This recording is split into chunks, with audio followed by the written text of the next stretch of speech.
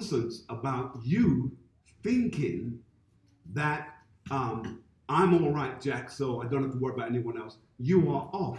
That's right. We are our brother's keeper, and our brother and sisters need to know you are in sin. Come on. And you're on the verge of complete and utter destruction. Go ahead, Ken. And also we were trying to wake them up to them understanding. You have Asian getting hate laws passed, but you're sitting there glorifying yourself over a make-believe holiday. You see what I'm saying? They were so far from the truth and locked in a closet in a sense to where they're more suspicious of their brother than what's being posted in the governmental laws. And that's why we were out there to show our people how destroyed they are. And but it was still kind of pleasant because I think I can count on maybe 2 fingers how many people refuted a flight.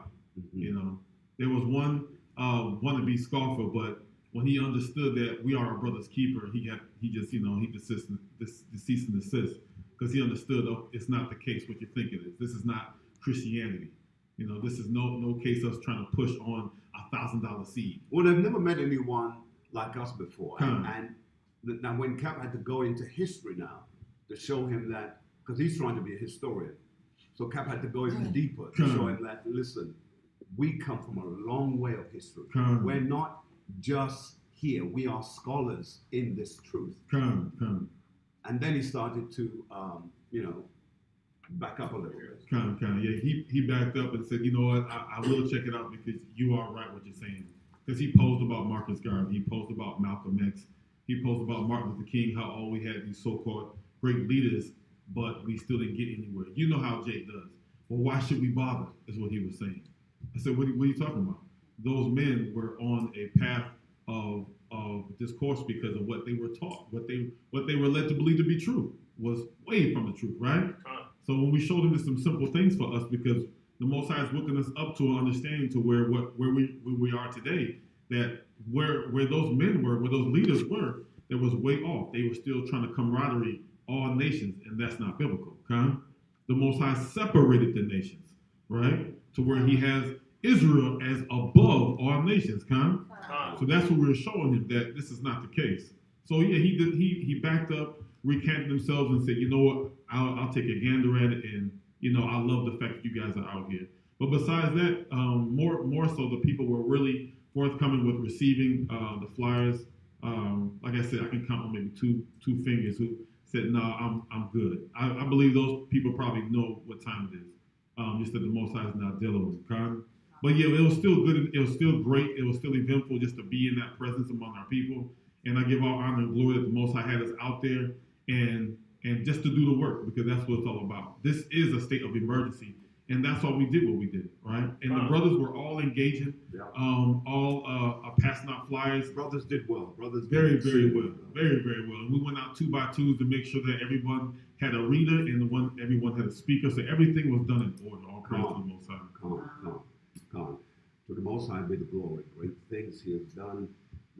Brothers and sisters, at this time, let's get into the teaching. I'd like you to turn, if you please, to the book of Matthew chapter 25, verse 1.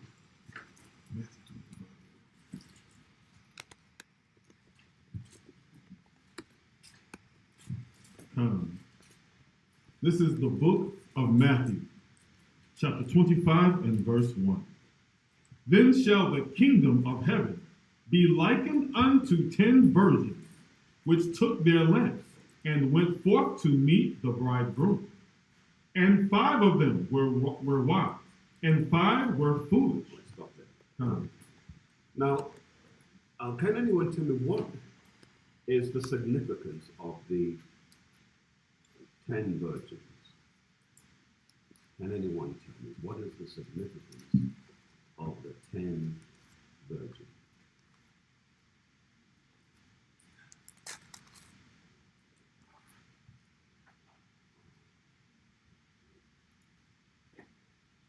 All right, go ahead, sir.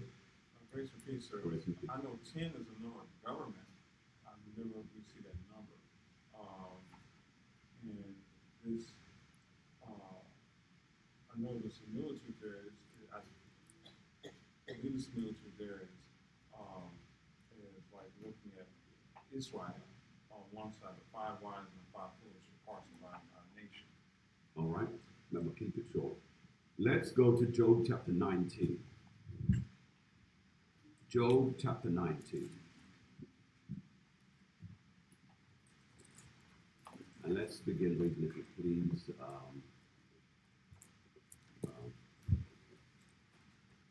19, verse 3. Come, the book of Job, chapter 19 and verse 3. These 10 times have ye reproached me. Ye are not ashamed that ye make yourselves strange to me. So, what we must be aware of in our community of Israel, and generally speaking, so-called black people, we utilize something that is called figure of speech. It's rampant throughout our people. No matter where you go, what country you go, whilst our melanated people are there, we use figure of speech. Come. If we haven't seen someone in a while, we say, I haven't seen you in a minute. Now we know a minute is a short time, but we're really speaking about a long length of time. Come. We use expression like that. And we'll say, catch you in the, what we said, Flip side. catch you up, Catch you on the flip side. catch you on the flip side. That's old school. Yeah. I'm trying to kind of utilize the terms that. Catch you on the flip. So catch you on the flip side. Give me something else. What other expressions do we use that figurative? Yes, ma'am. We got the bounce. We're about, yeah. We're about to bounce. Yeah. Or if you don't like someone and they're still in you, say bounce. Right. Because it's an expression that we have. Come. Man, that's cold. Right? And yeah, an expression. Someone says something that's ridiculed, we say, that's cold. What else do we say? Give me something else. Give me something else. Come on now. Well, even what I'm saying is an expression of figures of speech. Give me something else. Come. We operate by figures of speech. Go back in some of our old movies. We used to use a lot of it back in the day. We still do today, but the language or the usage now has switched. And there's another generation on deck. So when we read Job chapter 19 and verse 3, let's read it again and hear what it says. The book of Job, chapter 19 and verse 3. These 10 times have ye reproached me. Ye are not ashamed that ye make yourselves strange to And me. you make yourself a stranger to me. Let's go, if you please, to 1 Samuel. Please, 1 Samuel, chapter 1. And let's read verse 7. Yes, sir. The book of 1 Samuel, chapter 1 and verse 7. Chapter 1 and verse 7. Let's make sure everybody's there first. I want everybody to read it and witness it for themselves. Go ahead. 1 Samuel, chapter 1, verse 7. And as he did so year by year, when she went up to the house of the Most High, so she provoked her. Therefore she wept and did not eat. Read it out. Keep reading. Then said Elkanah, her husband, to her, Hananiah. Listen carefully now. Then said Elkanah, her husband, to her, Hananiah, why weepest thou? And why eatest thou not? And why is thy heart grieved? Am not I better to thee than 10 sons? See that? The husband is now saying, am I not better to you, my wife, than what? Then, Salaki, than 10 sons? Than what? Than 10 sons. 10 sons. Okay. Now,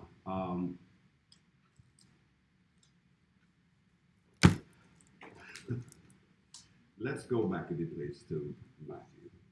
Yes, sir. Let's go back to Matthew From the top. from the top. The book of Matthew, chapter 25 and verse 1. Then shall the kingdom of heaven be likened unto 10 virgins. Unto what? Unto 10 virgins. So it says that the kingdom of heaven shall be likened unto 10 virgins. Is that correct? Yes, sir. All right. What does the word virgin imply? Can anyone tell me? Let's get some feedback from the sisters. What does it imply? Go ahead. A young maiden of marriageable A age. young maiden of marriageable age. Come. All right. So let's go to 1 Corinthians or 2 Corinthians chapter 11 and verse 2. 2 Corinthians chapter 11 verse 2. Let's read. The book of 2 Corinthians, chapter 11 and verse 2. It reads, Now I praise you, brethren, that ye remember me in all things. 2 Corinthians. Salakia. 2 Corinthians, chapter 11 and verse 2. For I am jealous over you. I am what? For I am jealous over you. Go on. With goodly jealousy. Go on. Salaki, with godly jealousy. Go on. For I have espoused you to one husband, that I may present you as a chaste virgin to Christ. As a what? As a chaste virgin to Christ. To Christ. Go to Jeremiah chapter 3 and verse 14. Come. The book of Jeremiah, chapter 3 and verse 14. Make good notes here. Jeremiah chapter 3 and verse 14. It reads, Turn, O backsliding Do children. what?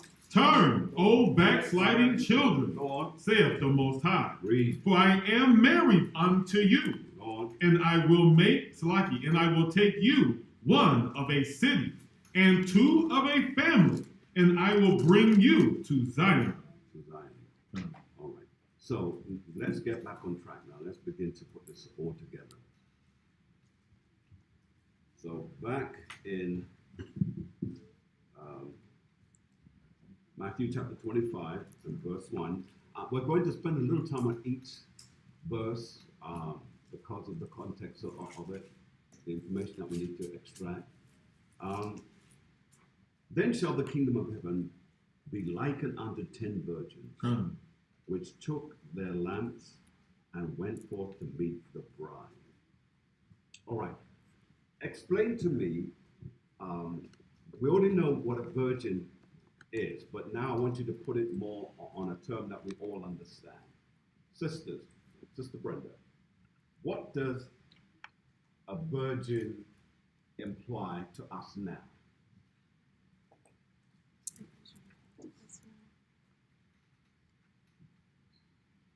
To us now. In other words, everything in society is doing what it's doing.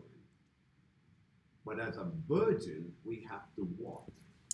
We keep ourselves espoused. Keep ourselves what? Espoused Espoused to whom? to the Most High. To the Most High.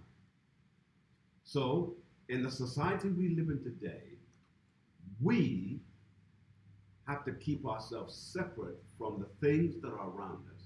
Why?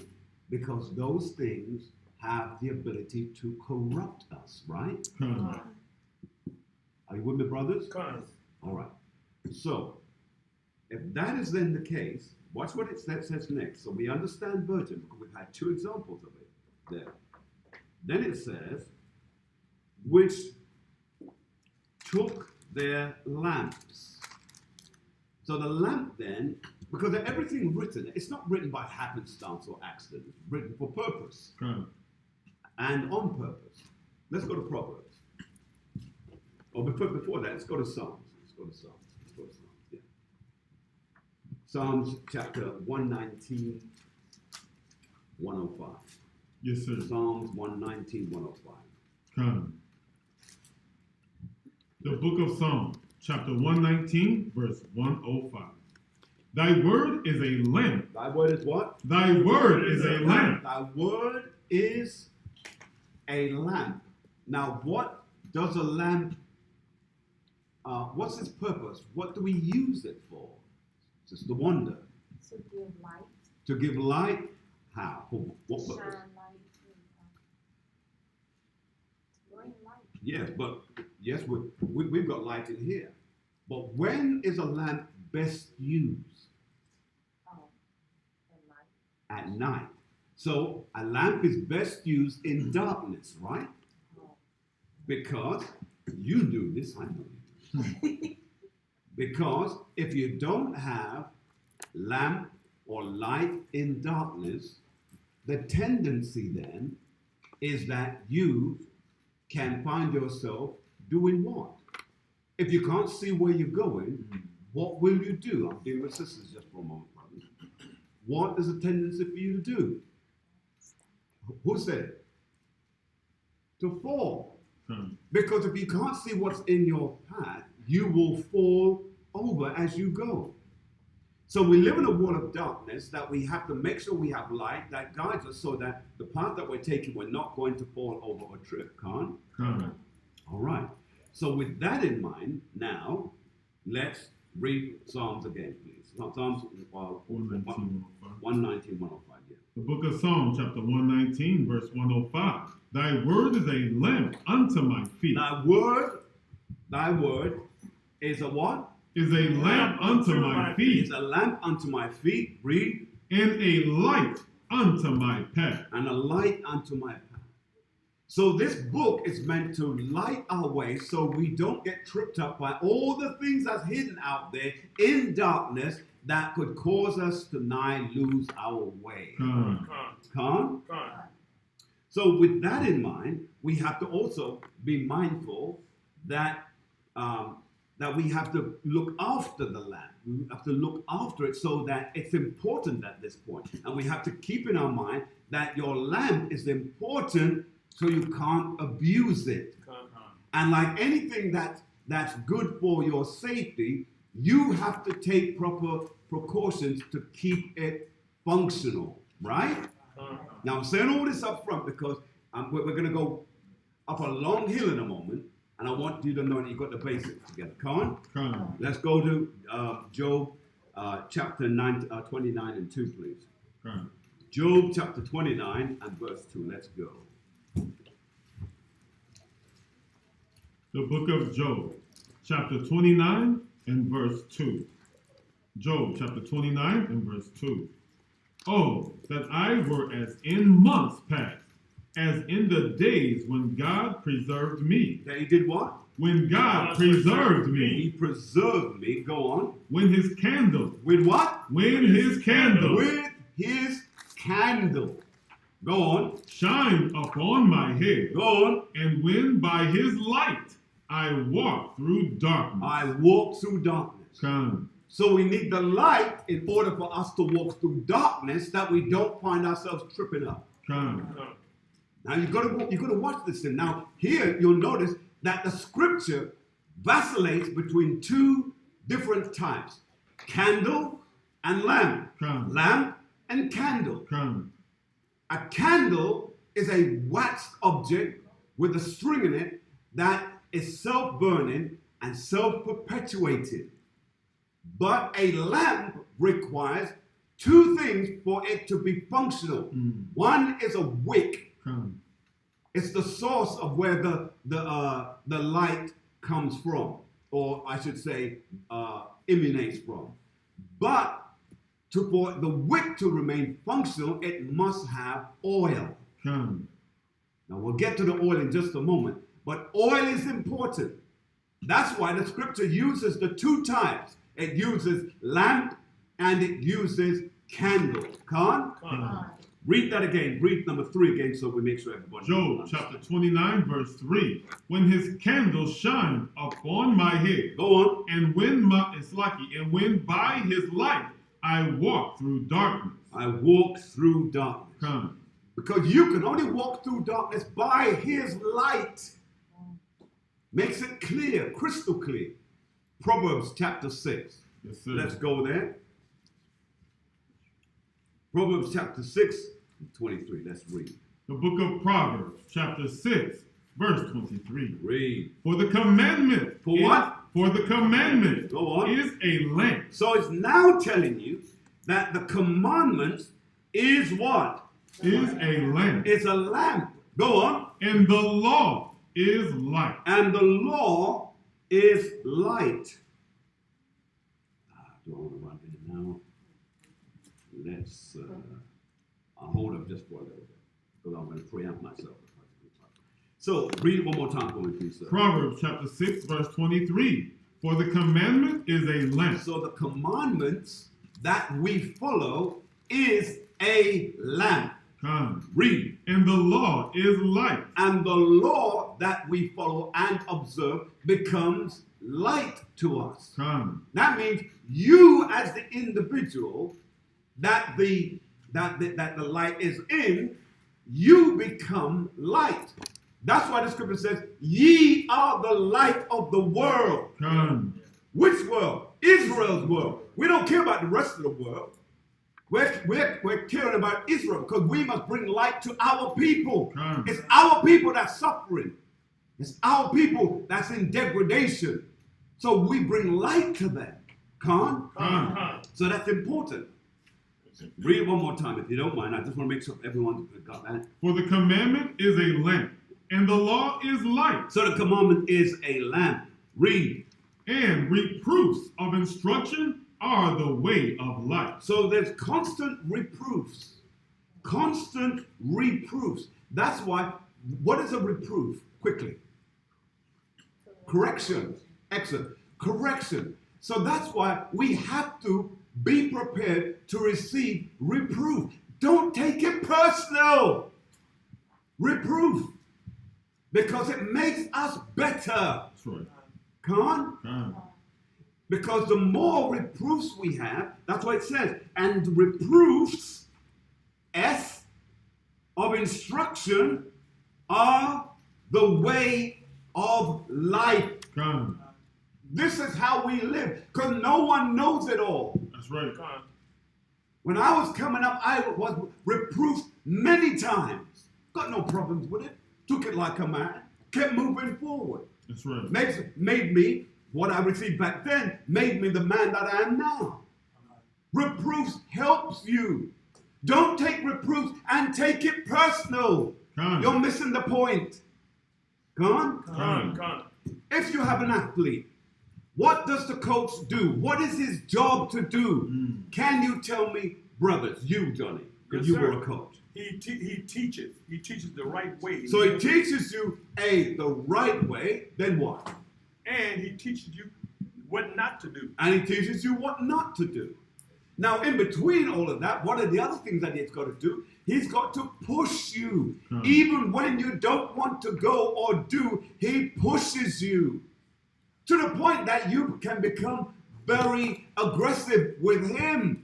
And he's not doing it on a personal level. He's doing it to help you become better. That's right. Come on? I'll talk about that in a moment. All right. From here, if you please, go back to Psalms chapter 18. Psalms chapter 18. Psalms chapter 18. Verse 28. The book of Psalms, chapter 18, verse 28. It reads, For thou wilt light my candle. The what? For thou wilt light my candle. Light my candle. Go on. The Most High, my God. The most who? The Most High, my God. Go on. Will enlighten my darkness. Will enlighten my darkness. Come. So right there, he's letting us know that our Father's job is to keep us safe. Otherwise, why would he give us life? Come. To keep us safe. Read it one more time if you please, sir. The book of Psalms, chapter 18, verse 29. It reads, No, 28. Salaki, verse 28, it reads, For thou wilt light my candle. The Most High, my God, will enlighten my darkness. So we've already read what that is, and it's told us there. Come on. It has told us, has it not? Come. Chapter 19 and 7. 19 and verse 7. The law of the Most High is perfect. The law of the Most High is what? Is perfect. Converting the soul. So what does it do? It converts the soul. Go on. The testimony of the Most High is sure. The testimony of what? The Most High is sure. Is sure. Doing what? Making wise the simple. Making wise simple people. Because basically we are simple people. We're simple people. We're not complicated people. Most High made us simple people, but not simple in the sense that you got no sense. Not that type of simple, but simple as in He didn't make us complicated. He made His children to be like Him.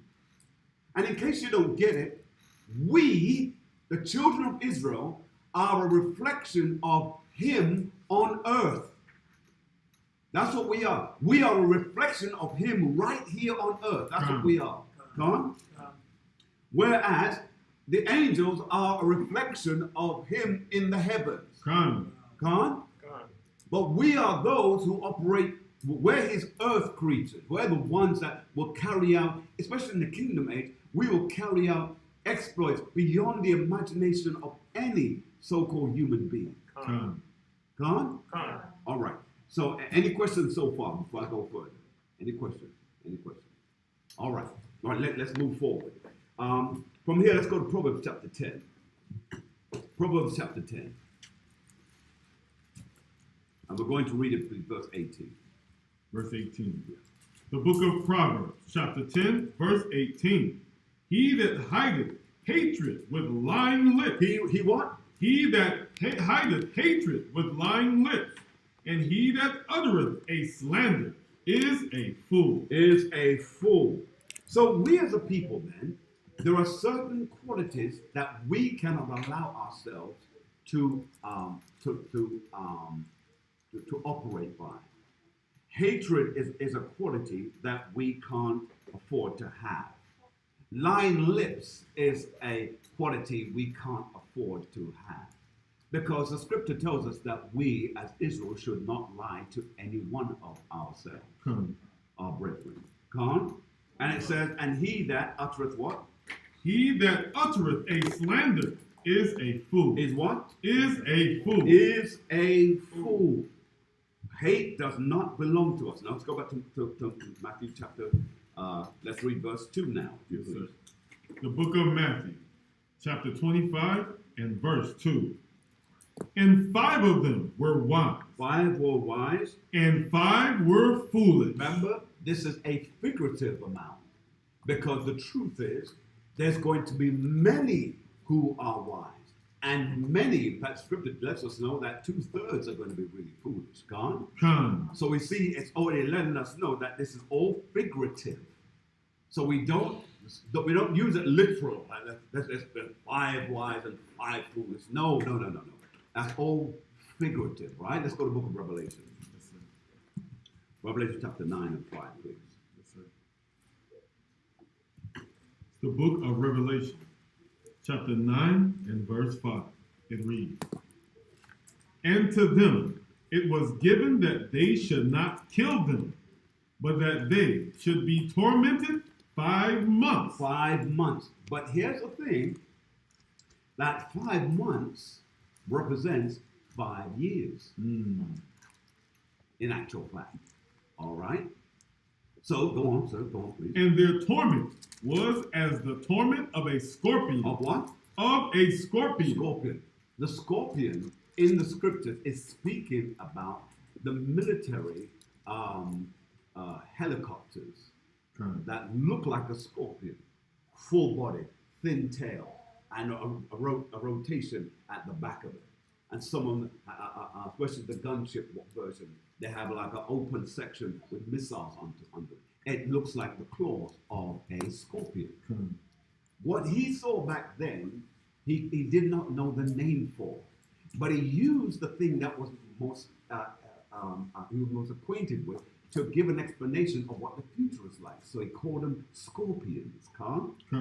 Read on. When he striketh a man. Read.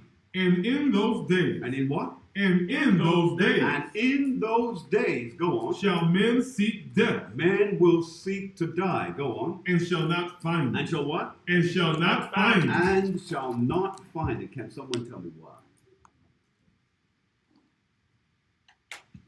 Can someone tell me why? You got book chapter verse go with that? All right. Well, give me what you know, please. Go ahead, sir. Grace and peace, sir. Because they have to face the judgment. You have to face. Okay. All right, sir. All right. Read it one more time. Read verse 6 one more time for me, please. Revelation chapter 9 and verse 6. And in those days shall men seek death, Go on. and shall not find it, And shall not find it, and shall desire to die, and shall desire to die, and death shall flee from them. they shall flee from them. Let's go from there. Let's go to Isaiah chapter 19 and 16, please. Isaiah chapter 19 and 16. The book of Isaiah, chapter 19, verse 16. In that day shall Egypt be like unto women, and it shall be afraid and fear because of the shaking of the hand of the Most High All of right. hosts. Good. See that? Read it again, sir. Read it again. Come, Isaiah chapter 19, verse 16. Go on. In that day In that day. What day? Go on. shall Egypt be like unto women, and it shall be afraid Go on. and fear because of the shaking of the hand of the Most High of hosts, Read which he shaketh over it. over it. Go on. So he's going to bring tremor. He's going to bring desolation. That's going to bring harm and fear to the people. Come on. All right. From here, if you please, let's. There's more. There's actually more to that. Sure. I'm tempted not to go into because of where it's going to take me. But go ahead, sir. Well, yeah, it was the same thing as I was about to ask the question, but I think it was very soft, so I'll just wait till the end. All right. From there, if you please, let's go back to Matthew chapter 25. Let's read verse 3. Book of Matthew, chapter 25 and verse 3.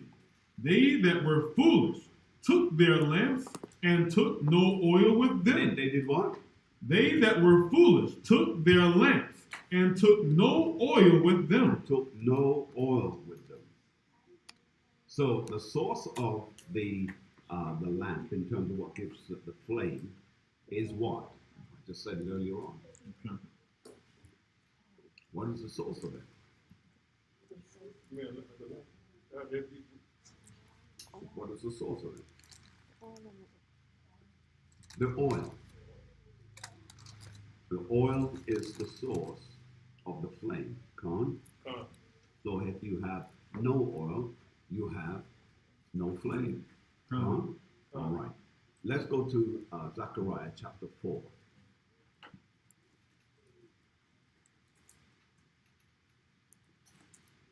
So let's also make a note of something that we can make reference to. So we're going to go to Zechariah chapter 4 and 1. The oil represents what? Can someone tell me? All right. So you'll have to guess, please. Law. The law.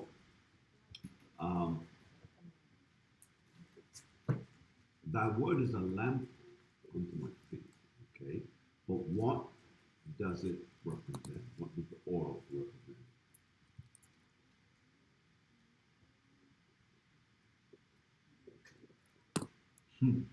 Go ahead, sir.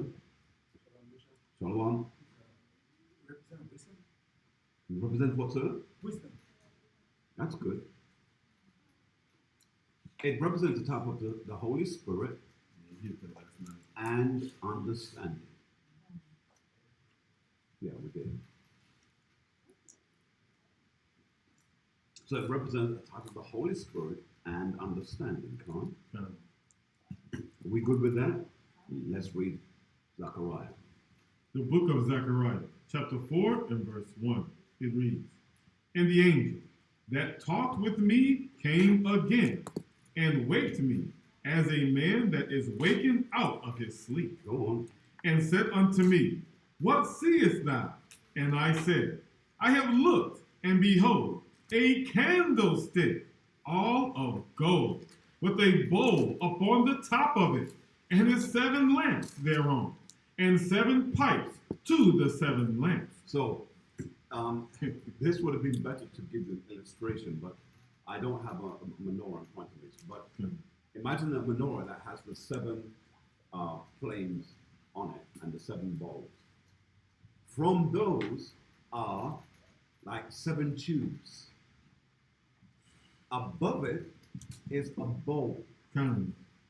The bowl is supplying the liquid to go into the lamps for it to burn. Also, there are trees that are attached to the bowl. Come. So we have 2 trees attached to the bowl. We poured into the bowl then being poured into the lamp then giving fire to the menorah, or playing light to the menorah. So let's read that again, please, sir. Verse 2. Zechariah chapter 4 and verse 2. And said unto me, What seest thou? And I said, I have looked, and behold, a candlestick, all of gold, with a bowl upon the top of it, and his 7 lamps thereon, and 7 pipes to the 7 lamps. 7 pipes to the 7 lamps. Now, let's read this carefully. Read on. Which are upon the top thereof, and 2 olive trees by it, one upon the right side of the bowl, and the other upon the left side thereof. What does that mean? What does that mean? Well, Isaiah, I see your hands. Go ahead. Basically, the 2 olive trees represent the northern and southern kingdom Keep going. of our people. The lamps.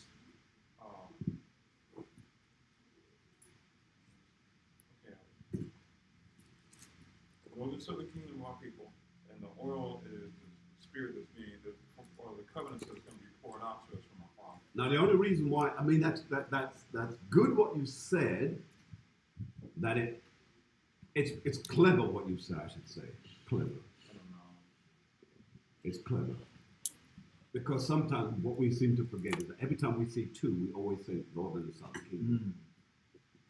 But there's more to it than what meets the eye. Con? Anyone else? Anyone? Yes, please.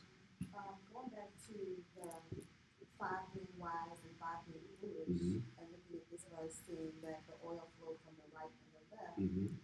it seems like there's a correlation there. That Mhm. some will get it like the 1/3, and Mhm. some will not like the 2/3. All right. Let's go to verse 9 and begin reading. Same Evangelist. Zechariah? Same Zechariah. Come. Let's read from 8. Yes, sir. Intro. The book of Zechariah, chapter 4 and verse 8. Moreover, the word of the Most High came unto me, saying, The hands of Zerubbabel have laid the foundation of this house. His hands shall also finish it. And Now, thou, underline the word Zerubbabel. Underline it. Because if you don't underline it, when you read it again, you won't know what it is that it's making reference to. Can't? Come. So please underline it. Read. The hands of Zerubbabel have laid the foundation of this house, and his hand shall also finish it. And thou shalt know that the Most High of hosts have sent me unto you. Go on. For who have despised the day of small things? For they shall rejoice and shall see the plummet in the land of Zerubbabel. Go on. With those 7, they are the eyes of the Most High, Those 7. All right. Continue. which run to and fro through the whole earth. Read. Then answered I and said unto him, What are these 2 olive trees What are these 2 olive trees?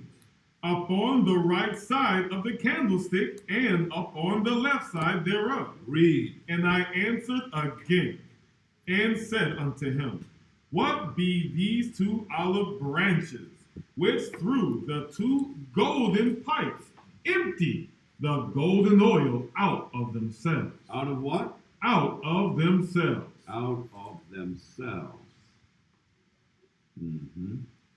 Let's see. Shall I? No. Read on. Come.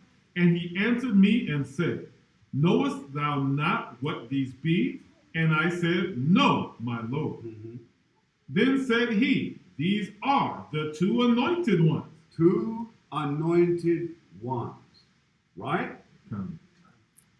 Watch it now. Read. That stand by the Lord of all, Salaki, of the whole earth. So that's speaking of Joshua and Zerubbabel. Joshua and Zerubbabel. Now remember, Joshua is a type of Yahushua. Type. Zerubbabel, again, type of Yahushua. And I don't want to get into that, otherwise it will take us way off into something else. But that's a whole teaching by itself. Come on. You with me so far? Proverbs chapter 4 and 7, let's go there. Come. The book of Proverbs, chapter 4 and verse 7. Let's read.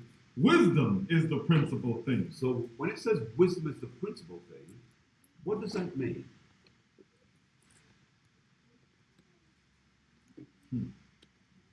Wisdom is the principal thing. What does it mean? So, Maybe I read about Solomon, when the Lord asked him, what do you need? He said, wisdom. Because if you have wisdom, you can do everything.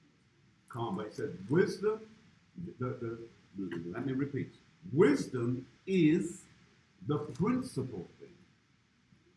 So what does that mean? Yes. Is he talking about the word of God, like his word, his wisdom, and it's the principle of his laws that he's Gone. Good, but wisdom is the principal thing. All right. Grace and peace. Grace It's and the peace. first thing. First, the word principle is where we get the word first from. First. Remember, princes are first. A prince, when someone's a prince, he's the first. You know, but what if you have, and you heard me say it many times, so I'm sounding stuck record here. If you have 3 sons, all 3 of them are princes, but they're the first of them. They are the first of them. Every man in here is the first of him. Every woman is the princess, the first of her. Can't? That's why it's the principal thing. It's the first. Wisdom is the principal thing. Then it says, go on. Wisdom is the principal thing. Therefore, get wisdom. Get wisdom. So get the thing that is principal. Get the thing that is first. Can't? Come. Then what does it say? And with all thy getting, And with all your getting, get understanding. get understanding. Because you can get wisdom, but you must have understanding. The book of Psalms, chapter 111, verse 10. The book of Psalms, chapter 111, verse 10. The fear of the Most High is the beginning of wisdom.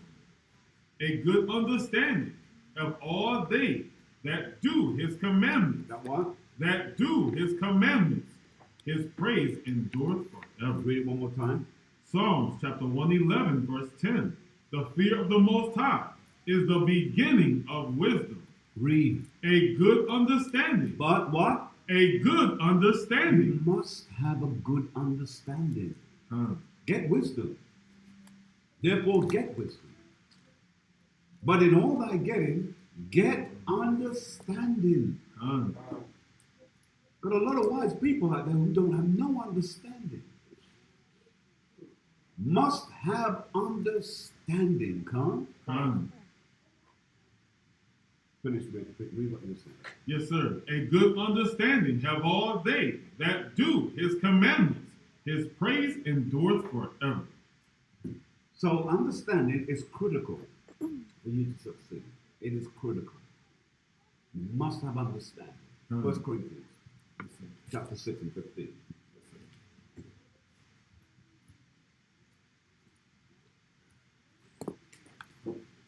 The book of 1 Corinthians, chapter 6, 16, 15. Verse 15, it reads, Know ye not that your bodies are the members of Mashiach? Shall I then take members of Mashiach and make them the members of a harlot. Make them what? Make them members of a harlot. Go on. God forbid. God forbid.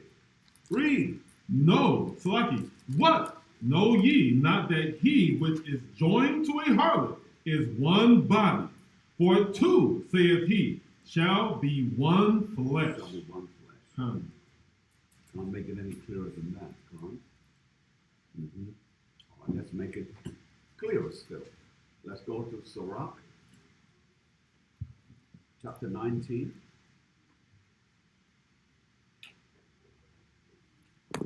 Let's begin reading, if you please, verse 24. Come. The book of Sirach, chapter 19, verse 24. He that hath small understanding Listen carefully. and feareth God, And do what? and feareth God, And fears the Most High. is better than one that hath much wisdom Much wisdom. and transgresseth the law of the Most High. See that?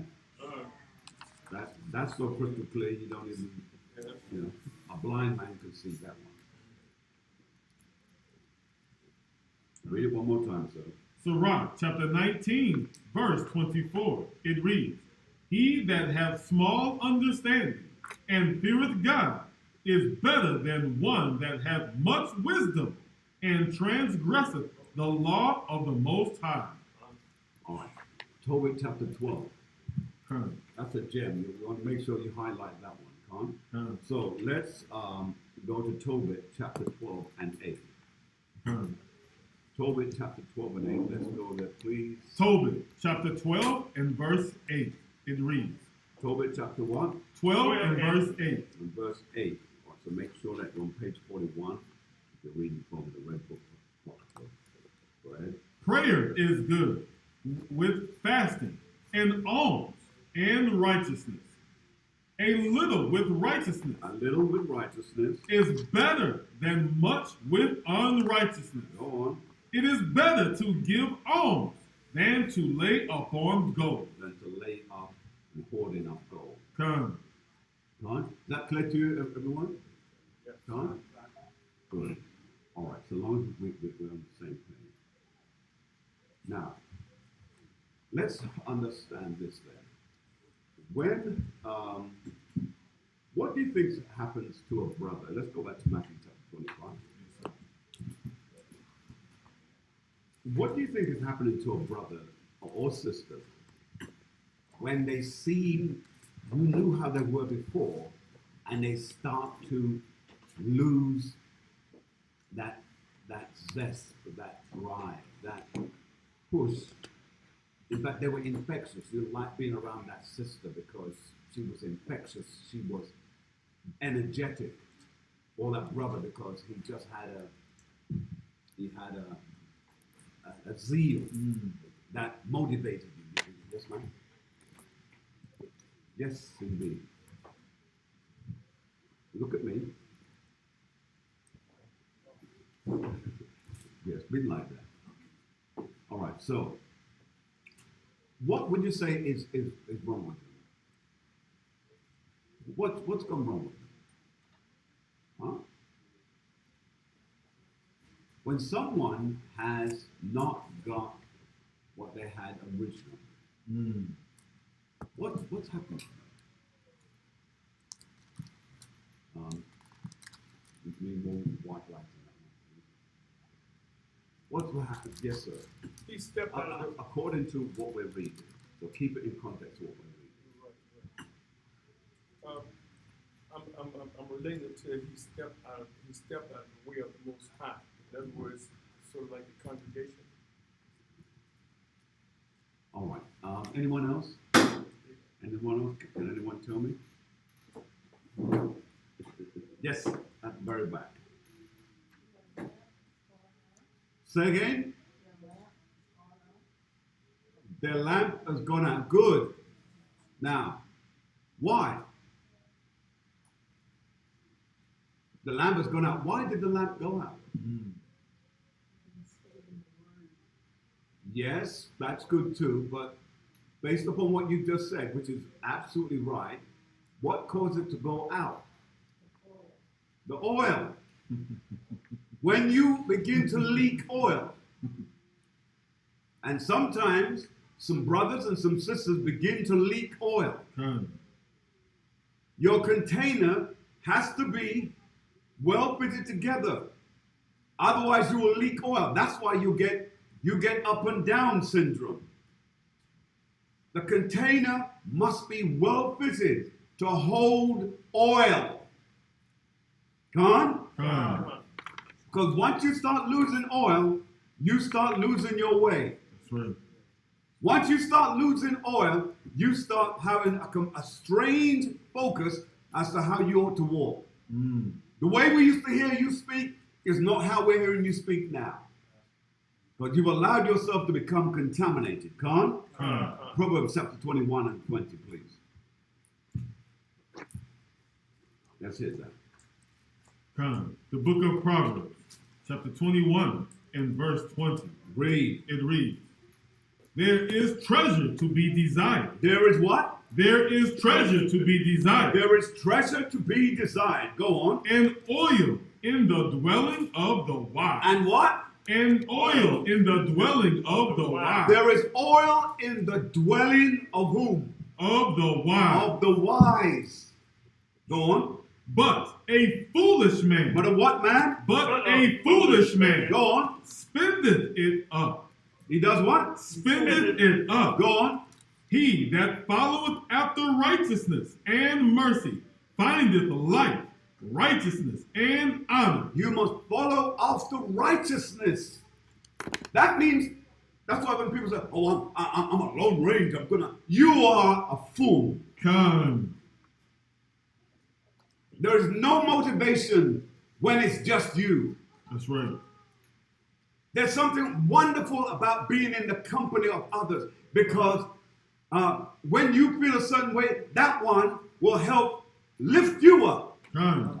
And when it's the opposite way around, you then lift up the other person. Because iron sharpens iron. Come. We are supportive of one another. Our job is to help one another because we are our brothers, sisters, keepers. We are.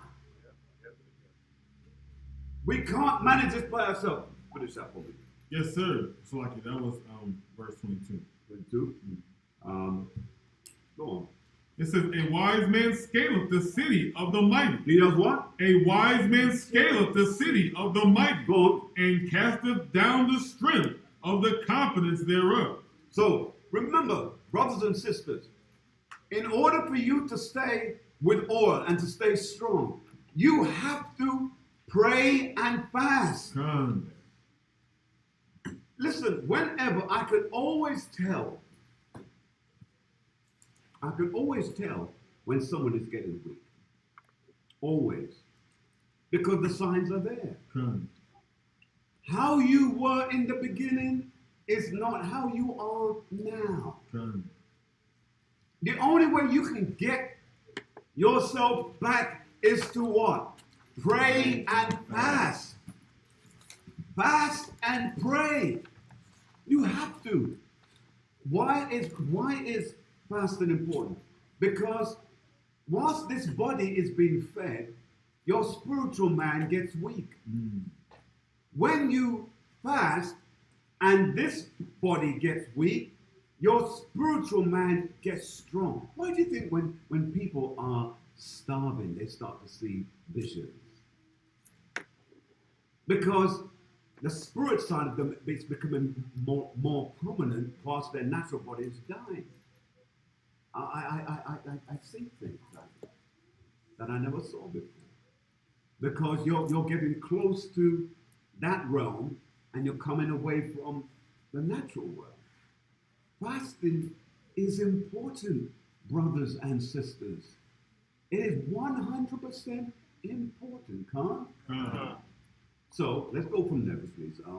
Where were we, sir? We was in Proverbs. No, All right, let's go to John chapter 3, 19. And you'll see why. You'll see why. And because there's something in men that causes them to. The book of John, chapter 3 and verse 19, it reads, "And this is the condemnation, that light is come into the world." Light is what? Light is come into the world. Now, light coming into a means what? Light coming into the world means what? Give me a hand. All right, Damien. Is it meaning that the law coming into the world? No, because the law was in the world from the beginning. Hmm. Because remember, the law was in existence from the Genesis. People think it only came in when Moses. No, Moses introduced the written law. But back in the Genesis, the law was transferred one to another verbally. Okay? So, what is the light that's coming to the world here? Let's say a show of hands. All right. Yes, Sister Casey, let's hear you. Understanding. That's good, but it's not what I want. But it's good, but it's not what I want. All right. This is what. All right. Go ahead, sir. In this case, the light represents Yahushua. The light represents Yahushua. Because remember, he starts off by saying, "I am the light of the world."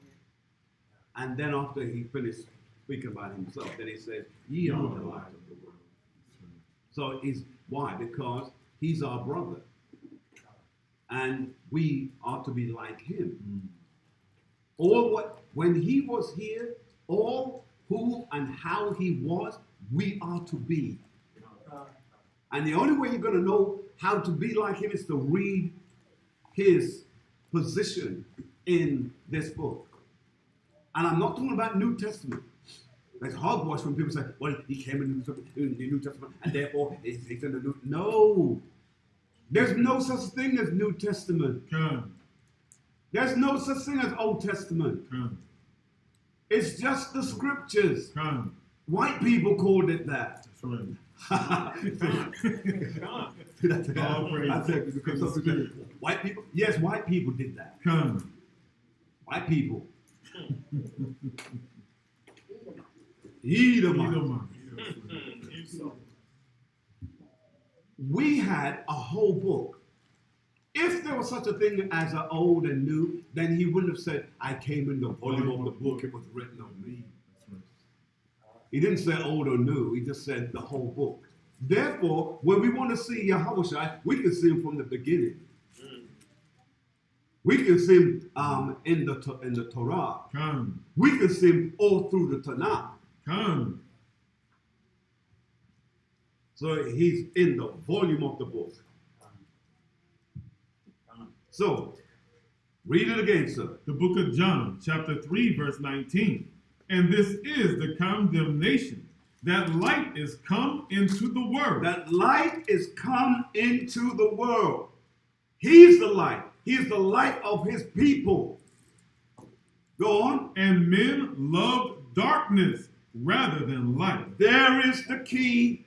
That's why we mess up. Because men love darkness rather than light. Because darkness hides what men do. But remember, he said, "I'm 10,000 times brighter than the sun." Come. So what are you going to hide from me? Where is the darkness that can dose out the sun? Nothing can. Men become lovers of darkness. That's why, look, that's why some of us, we love to watch those dark, macabre movies. It makes us go, "Ooh, oh, yeah." We like to see all that. Now, why didn't men like to watch movies that have sexual exploits in them? Because it's darkness.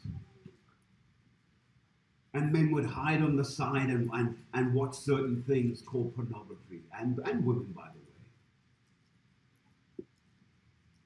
But we talk about men all the time, but women like pornography too. Notice God, no amen there, because it seems like it's only for one group. It's for all.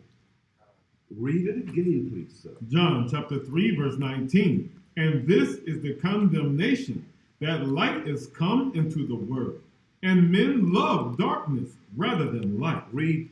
because their deeds were evil. Read. For everyone that doeth evil hateth the light. Hate what? Hateth the light. That means they hate the law. Come. Read. Neither cometh to the light, lest his deeds should be reproved. Because he doesn't want you to tell him what he's doing. I like running after girls or women. Don't tell me not to do that. Come, don't judge me. Yeah, don't what? Yeah. And other, I like to speak. I like to smoke a blunt. Yeah. Well, I'm herbs. So don't come, preaching to me with that. Come. Go on. Come. All right. So, okay. All right. Go ahead, sir. Read me some more. Verse 21. But he that doeth truth, Read that one. he that doeth truth cometh to the light, that his deeds may be made manifest, that they were wrought in God. They were what? Wrought in God. Okay. Um,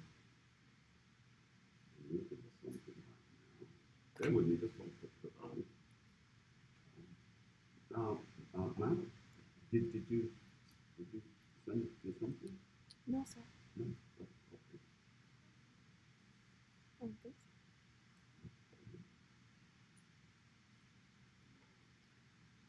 so. Okay. All right. All right. So, yes, let's drop that, if you please. Let's go, if you please, back to Matthew. Matthew chapter 25 and 4. The book of Matthew, chapter 25 and verse 4.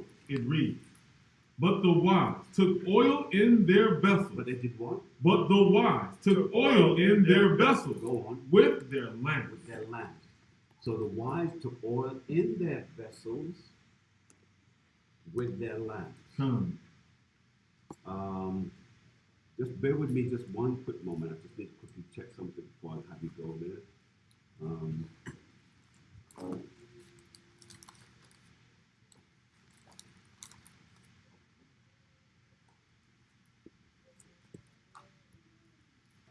Let's go ahead and read it. Daniel chapter 12 and 10, please. Come. The book of Daniel, chapter 12 and verse 10. Many shall be purified Go on. and made white and tried, but the wicked shall do wickedly. Read. And none of the wicked shall understand, but the wise shall understand. That's why, see, remember, those who get this, they are likened to the wise. Come. Those who don't get this, they're likened to the what? Yeah, the foolish, exactly. And if you're foolish, you're wicked, basically. So that's why, and I know that seems hard. It seems like a hard statement, doesn't it? Be real with me for a moment. It seems like because when you're speaking to your wife, your husband, or your children or family members, it seems hard that they don't get it, and that because they don't get it, they're now likened to the foolish. It seems hard. But let's take this a step further, if we please. Can we go to Deuteronomy chapter 32 and 26, please? Yes, sir. The book of Deuteronomy, chapter 32, verse 26. Go ahead. It reads, I said, I would scatter them into corners. Read that again, sir. Read that again. I said, I would scatter them into He corners. said, I would scatter you into corners. Go on. I would make the remembrance of them. I will do it. Now that's important. That word, make the remembrance, is key. Come. It is absolute key. You'll see why. Underline it. Get ready to reference it. Go on. I would make the remembrance of them to cease To cease. Go on. from among men. From among men. Now, remember, there are two scriptures that brings us in mind with that. Yeah, no, we're definitely going to Jeremiah, but there's something else I want to look up before I get there. Just bear with me, just for a quick minute. Sorry for the pause.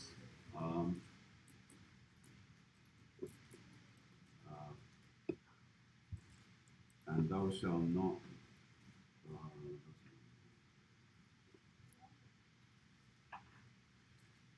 Yes, go to Deuteronomy chapter 28 and verse 14, please. The book of Deuteronomy, chapter 28, verse 14, it reads, And thou shalt not go aside from any of the words which I command thee this day, to the right hand, or to the left, or to go after other gods to serve them. So you're not supposed to do that, right? You're not supposed to. Because if you do, jump to 64. Verse 64, it reads, And the Most High shall scatter thee among all people from the one end of the earth, even unto the other. And there thou shalt serve other gods, which neither thou nor thy fathers have known, even wood and stone. Even wood and stone. Go to book 4 and 6 for me, please, real quick.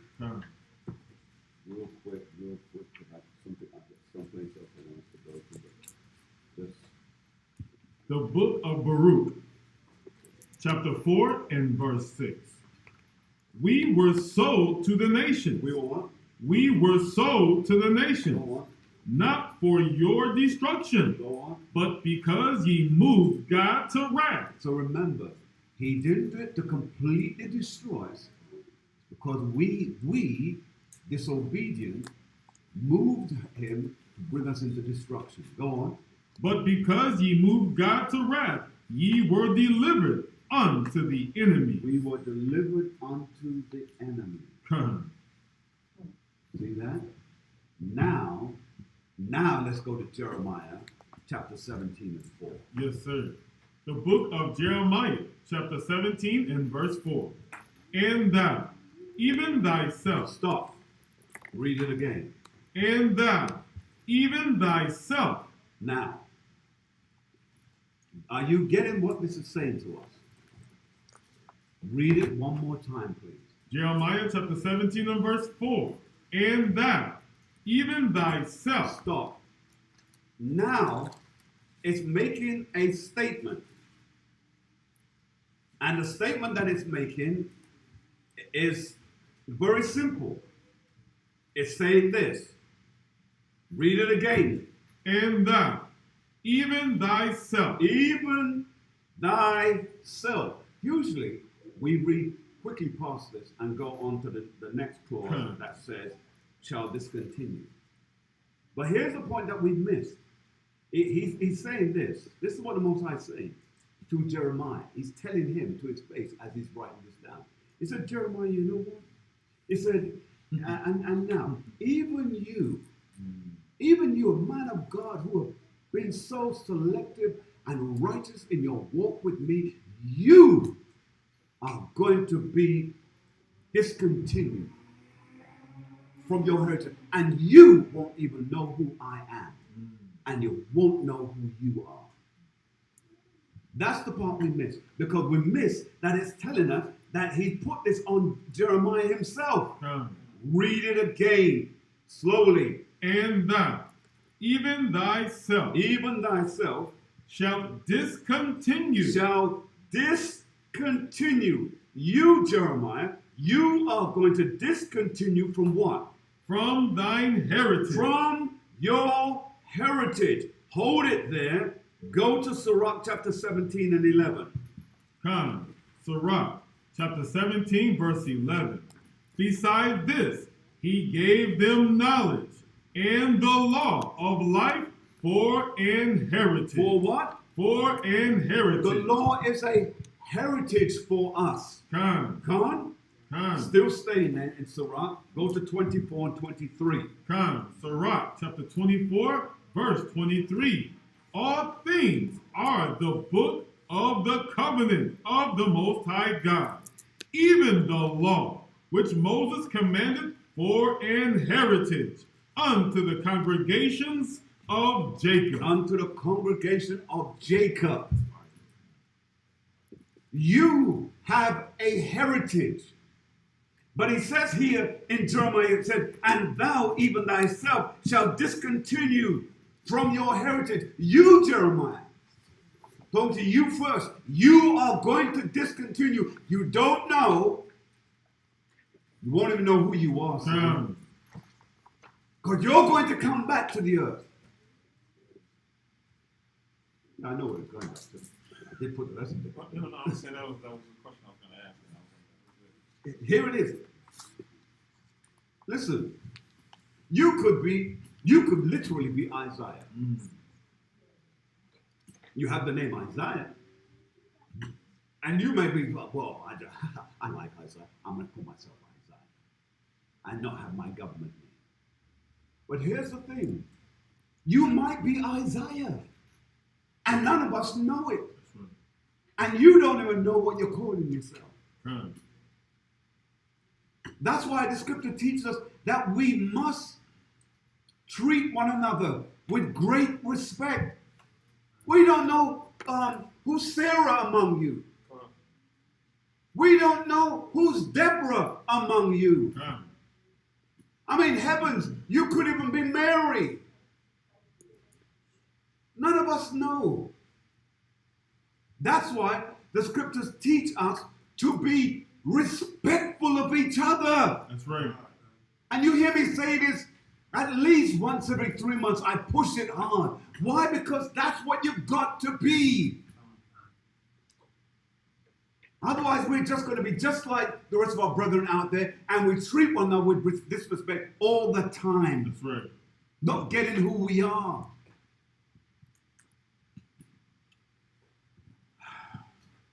Let's go back. Jeremiah, yes, Jeremiah chapter 17 and verse 4.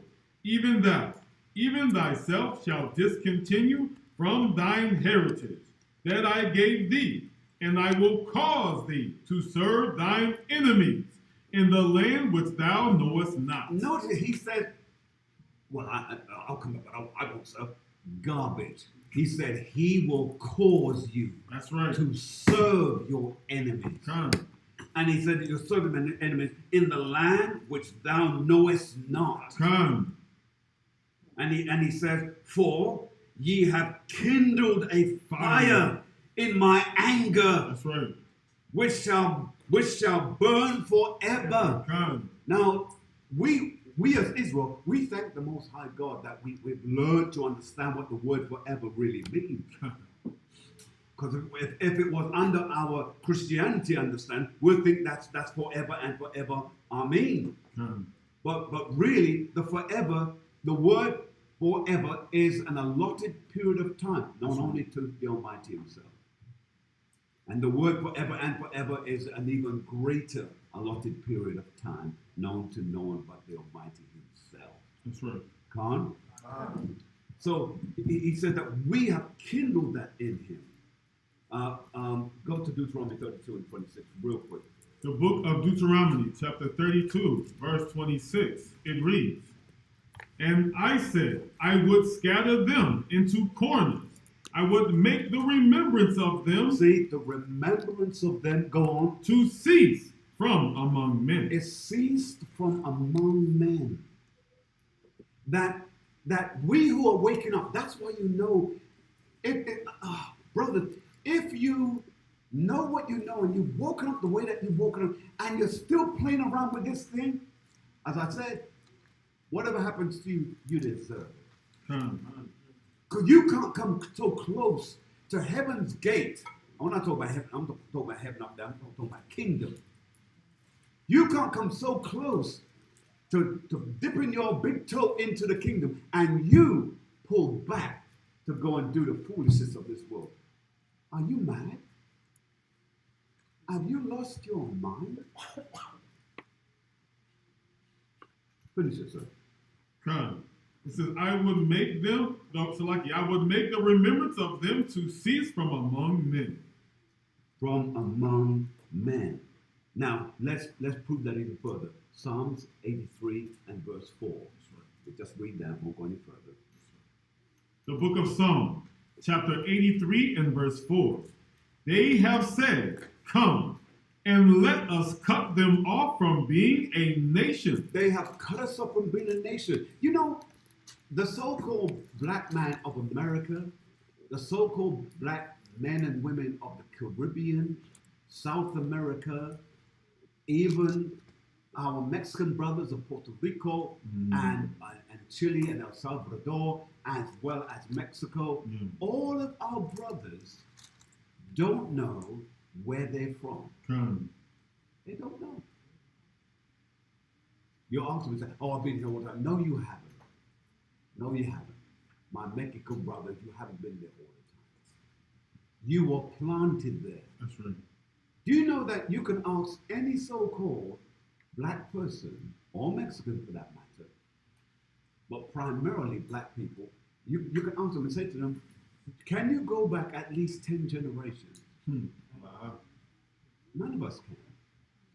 But you go to Esau and you say to Esau, can you, about 20, 30 generations.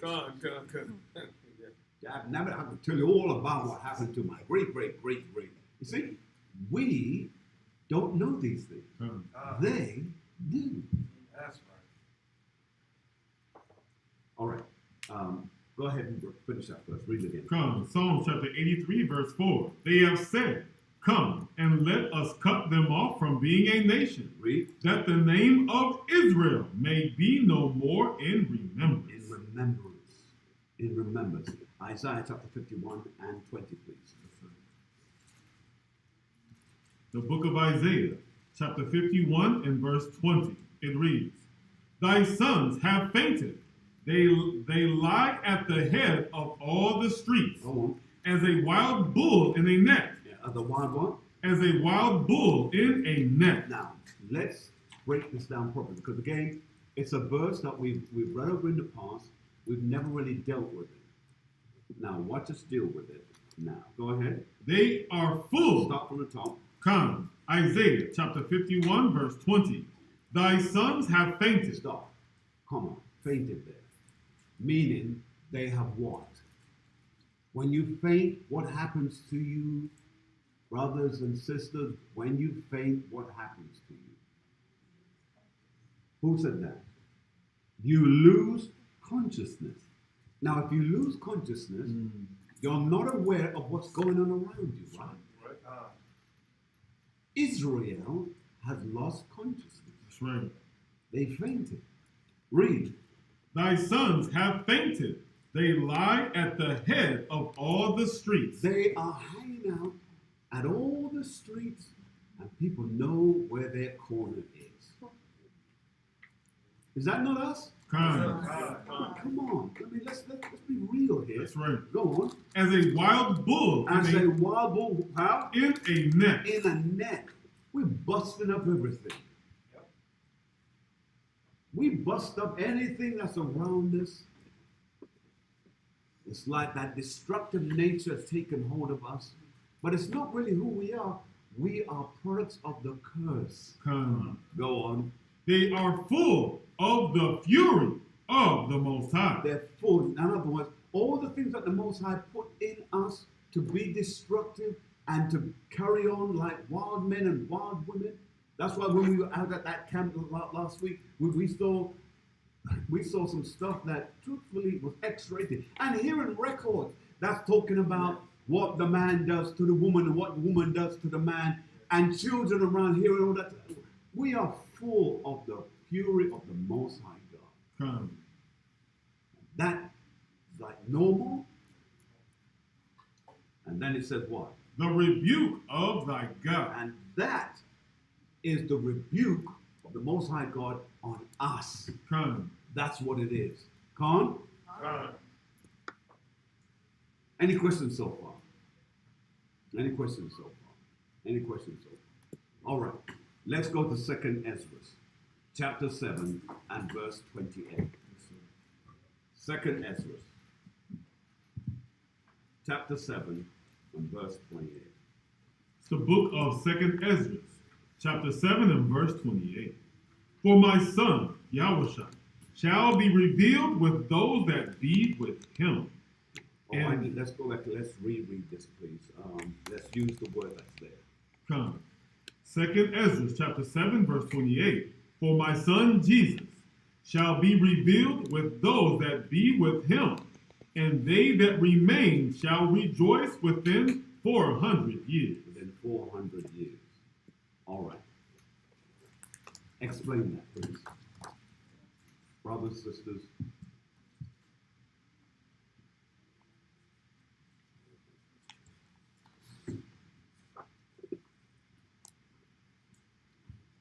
Please don't speak at once. Come on.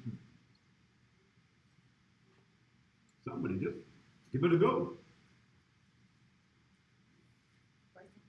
Grace and peace.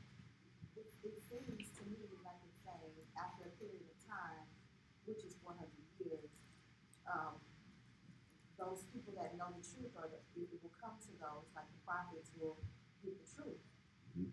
And I say that because of the 400 years. It seems like, now they're starting to arise where 50 years ago you didn't see the prophets out in the streets, but now we do. Very good. Very good.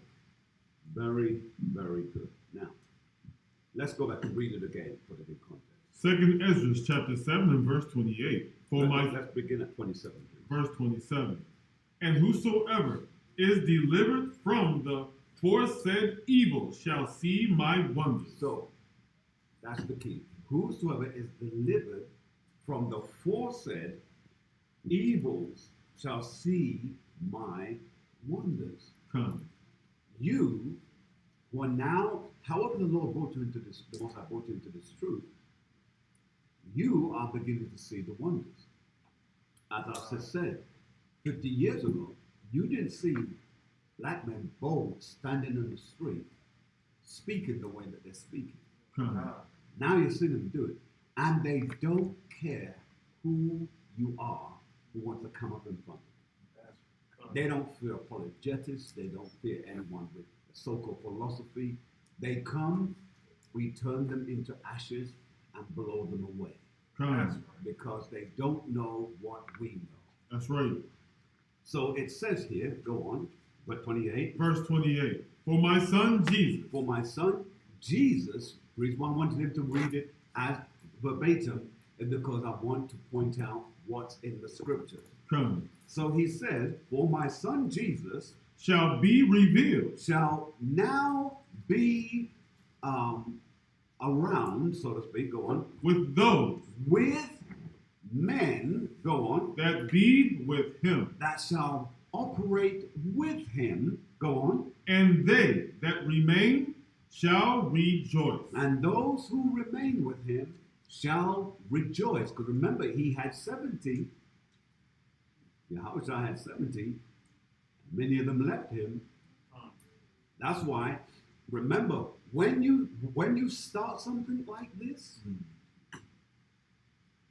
you start with many, then many fall off, but you got to keep on going. Then people come back, then many fall off. Why? Because not everyone who comes initially, because many are called, but only few are chosen.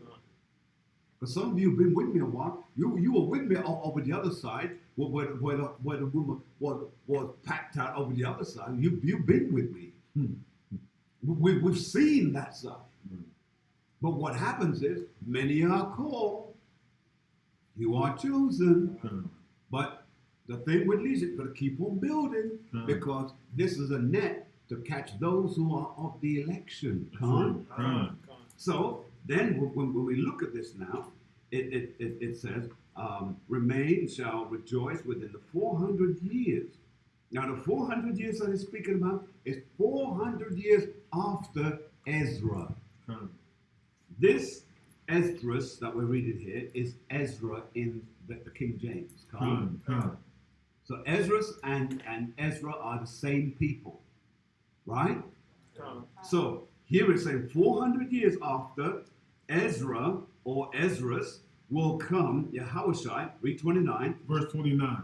After these years shall my son Christ die, He will die, go on, and all men that have life and all men will have life. Why? Because he came to die and bring repentance to only Israel, That's right. not to everyone. That's right.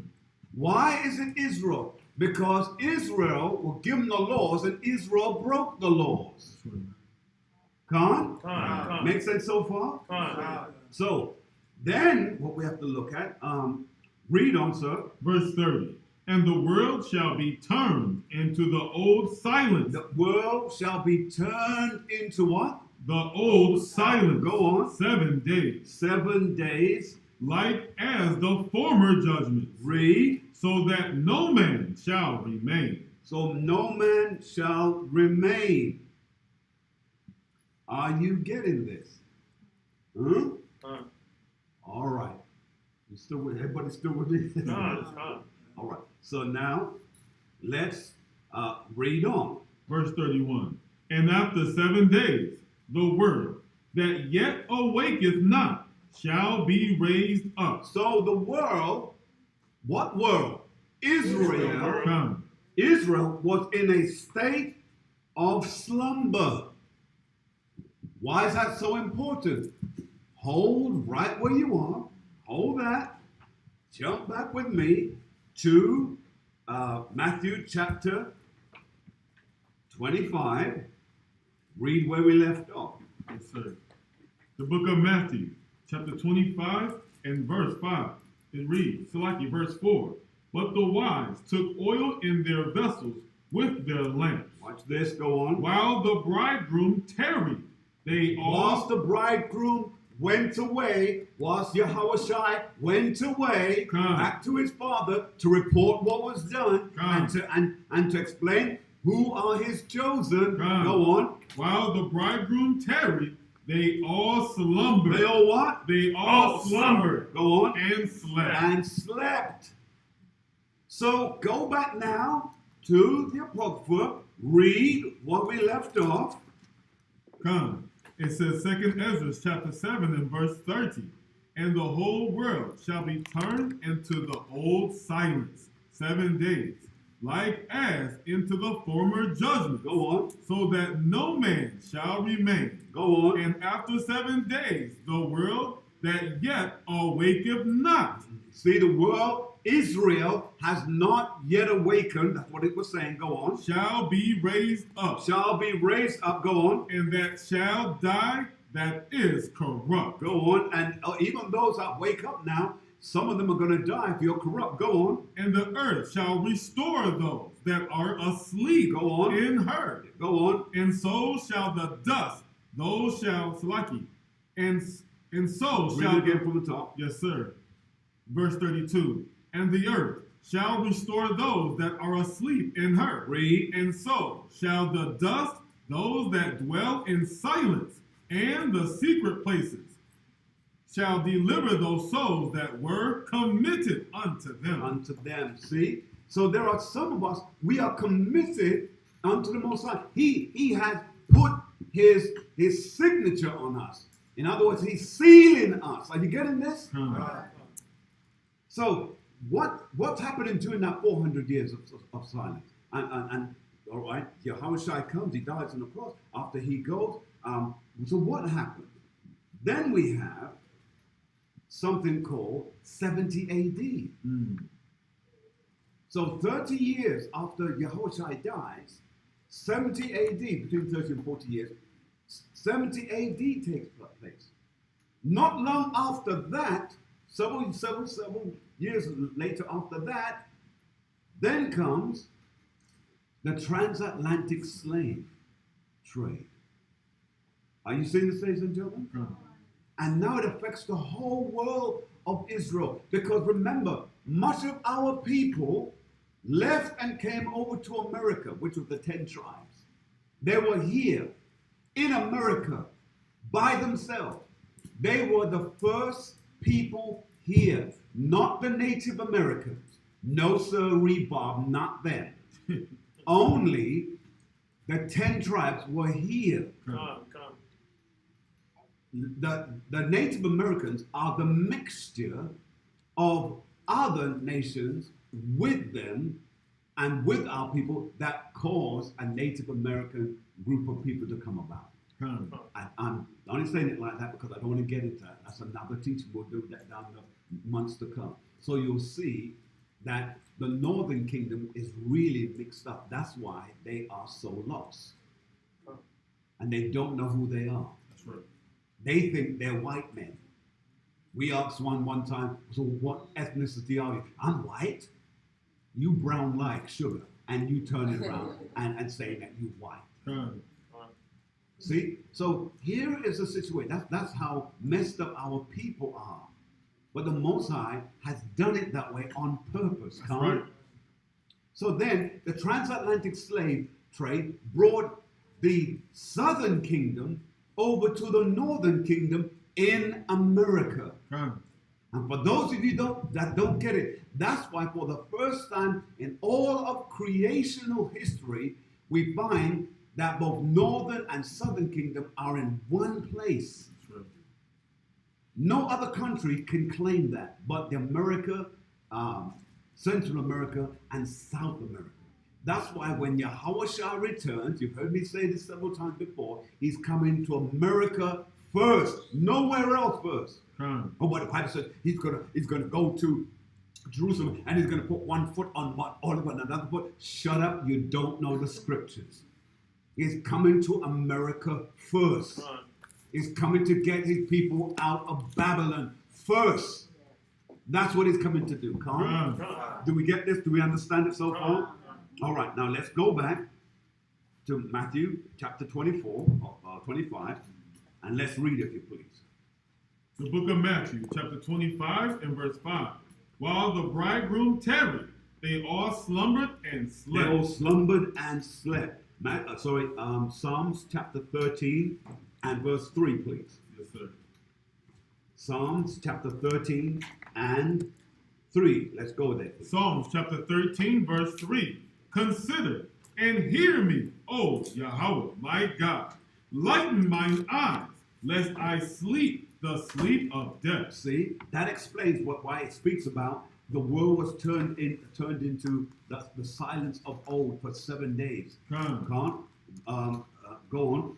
Lest mine enemies say, I have prevailed against him, and those that troubled me rejoice when I am moved. What we are reading there is spiritual death and natural death.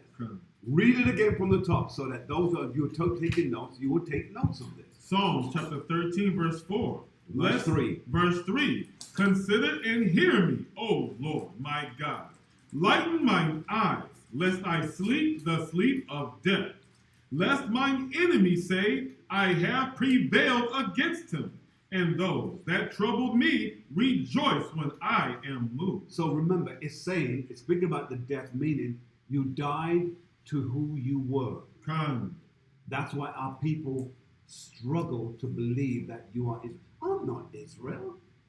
They're over in Israel right now. Our people. Go with me, if you please, to Romans chapter 3 and 11, 13 and 11. Romans chapter 13 and 11. The book of Romans, chapter 13, verse 11. Read. In that, knowing the time. Knowing what? Knowing the time. Go on. That now it is high time to Go on. awake out of sleep. See, it's now telling you. It's high time for you to awake out of sleep. Get up out of your slumber. Go on. For now is our salvation nearer than we believe. See, it's closer than you think. Whilst you're messing around, some of you could miss it because you're not taking this seriously. Stop at 14. Go on. The night is far spent. The night is far spent. Go on. The day is at hand. Go on. Let us therefore cast off the works of darkness. See? So it's tying in with what you're reading about the 10 virgins here. Are you seeing that? Because they were slumbering and sleeping. Go on. And let us put on the armor of light. Put on what? The armor of The light. armor of light. This arms us. Come. This makes us impregnable. Finish at 14. Go on. Let us walk honestly as in the day, not in rioting and drunkenness, not in chambering and wantonness, not in strife and envying, but put on, Salaki, but put ye on the Lord Jesus Christ, and make not provision for the flesh to fulfill the lust thereof. And in order for you to do that, so that you can be changed, 1 Corinthians chapter 15, verse 51.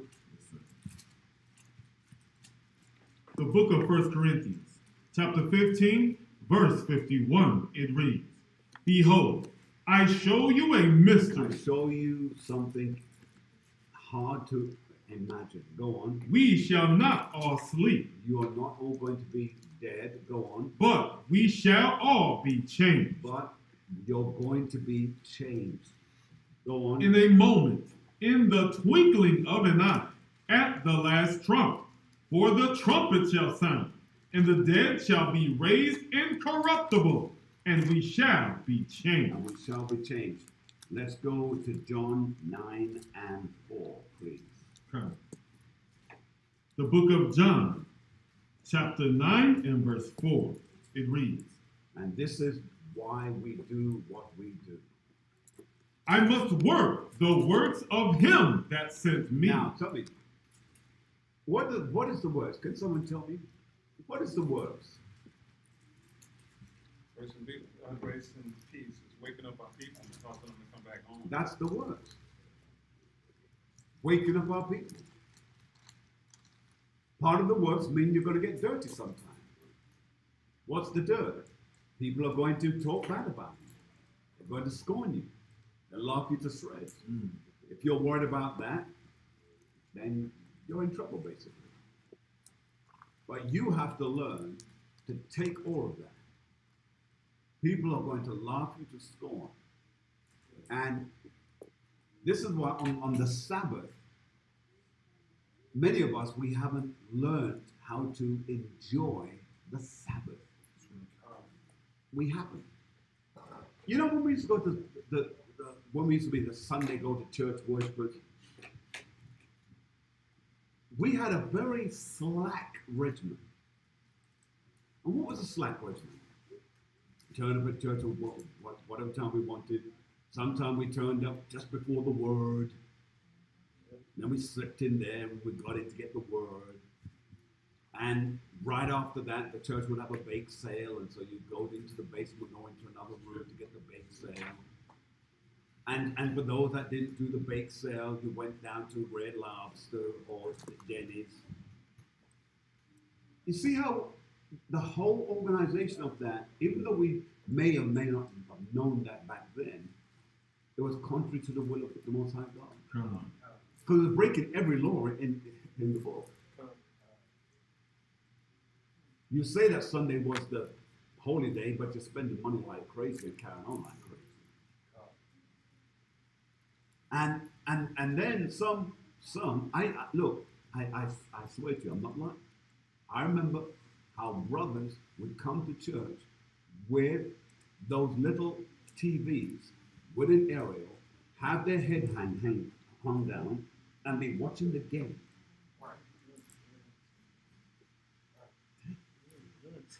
I remember seeing that, and I was appalled back then because I couldn't believe you had the guts to do that, and then hear them after the service is finished. Hey man, I'll chat to you later. I'm gonna get home to finish watching the game. This is where our mind was. Now we've brought you into truth. We're like the disciples who Yahushua says to us, you couldn't watch with me for 1 hour? You couldn't spend a little time with me?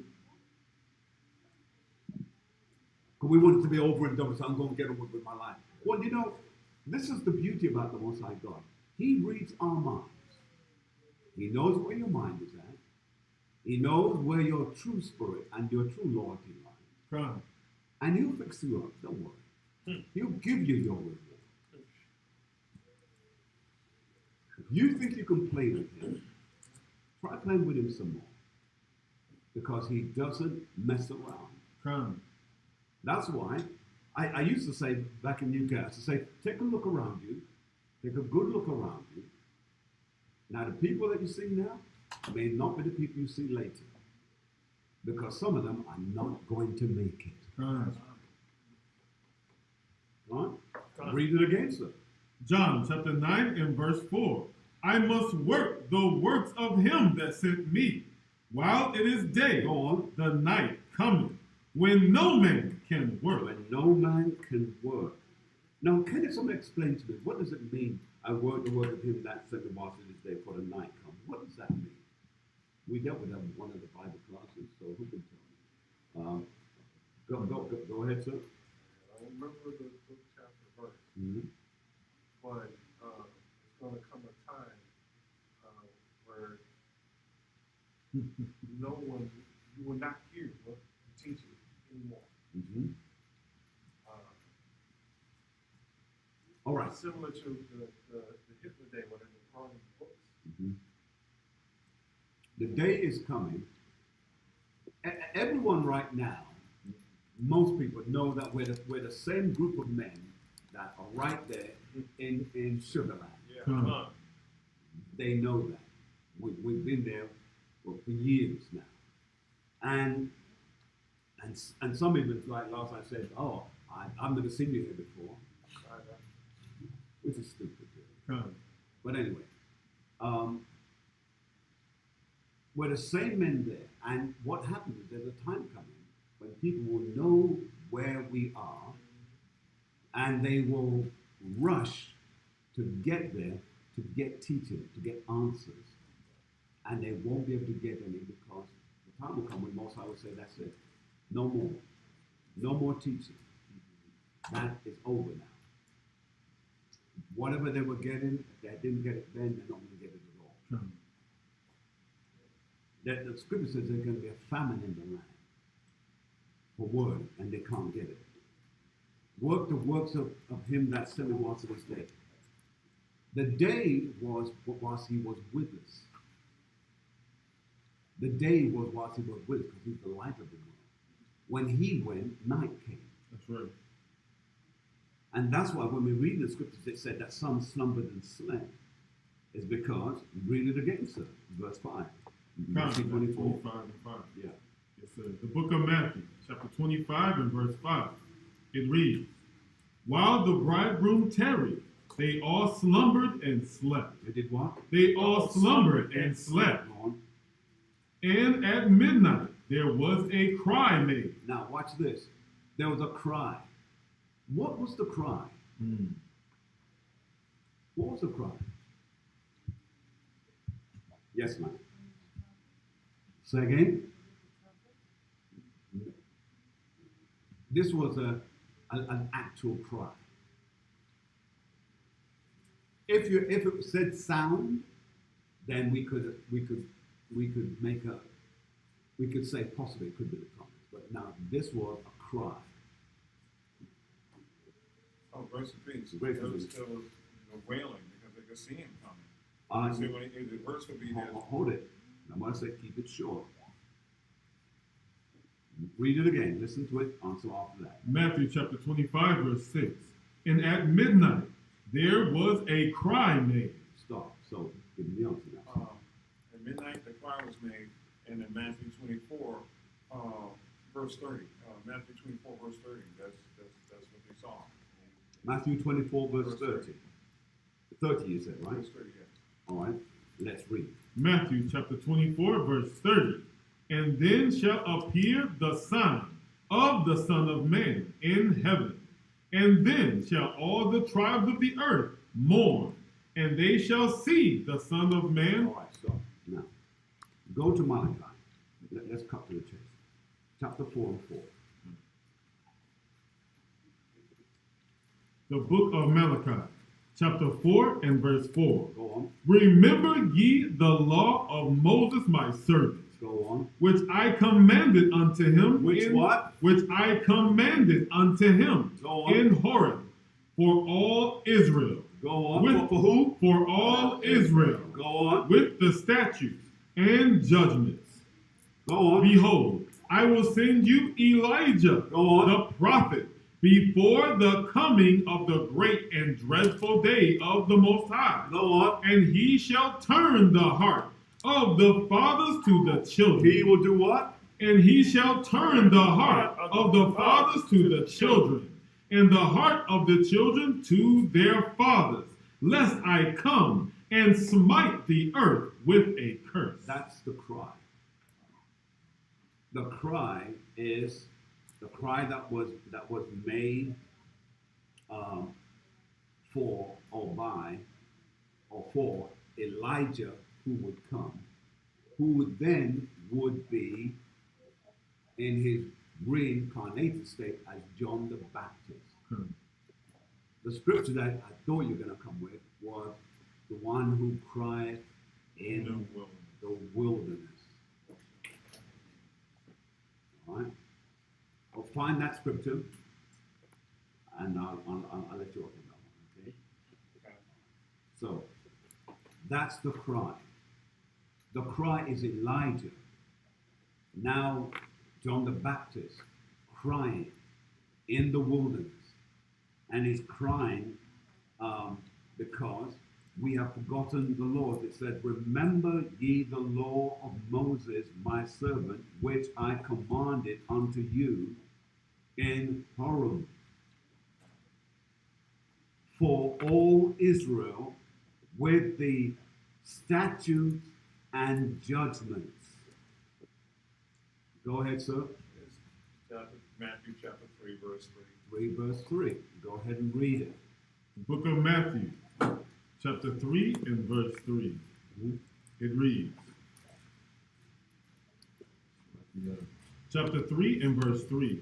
For this is he that was spoken of by the prophet Isaiah, saying, the voice of the one crying in the wilderness, prepare ye the way of the Lord, make his path straight. Make his path straight. Now, go back to Malachi chapter 4 and 6. Listen carefully, ladies and gentlemen, because again, these are things that we read and we don't understand, and we're trying to make sure we understand it. Con? All right. So, let's read it now. The book of Malachi, chapter 4 and verse 6. In fact, read 5 on down. Verse 5. Behold, I will send you Elijah the prophet. That's John the Baptist. Go on. Before the coming of the great and dreadful day of the Lord. Go on. And he shall turn the heart. All right, stop there. Matthew chapter 17 and 11. Real quick, then go back there just so that we make sure people have the proper information to correlate with it. Let's go. The book of Matthew, chapter 17 and verse 11. It reads, and Jesus answered and said unto them, Elijah truly shall first come and restore all things. See that? Elijah. Who is Elijah? It's speaking about John the Baptist. That's why he said, this is John the Baptist, if you can receive it. Go ahead, sir. The book of Matthew, chapter 11, verse 11. Verily I say unto you, among them that are born of women, there have not risen a greater than John the Baptist. Notwithstanding he that is least in the kingdom of heaven is greater than he. And from the days of John the Baptist until now, the kingdom of heaven suffereth violence, and the violent take it by force. Who is the kingdom of heaven? Go on. Come, for all the prophets, Salaki, for all the prophets and the law prophesied until John. Until, go on. And if ye will receive it. If you will receive it, because not all of us have the faith to receive this. Go on. This is Elijah. This is Elijah. Which was for to come. Which is for to come. See that? Now let's go back. Let's finish up where we were. Malachi chapter 4 and verse 5. Behold, I will send you Elijah the prophet before the coming of the great and dreadful day of the Most High. And he shall turn the heart of the fathers to the children, and the heart of the children to their fathers. What does that mean? What does that mean? What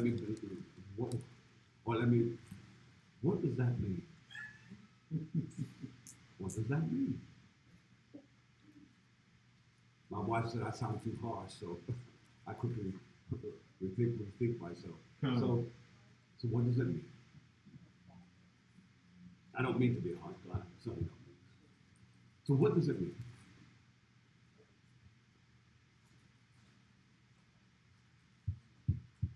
Yes, go ahead. The disrespect that children have today towards their parents will turn again to respect they should have.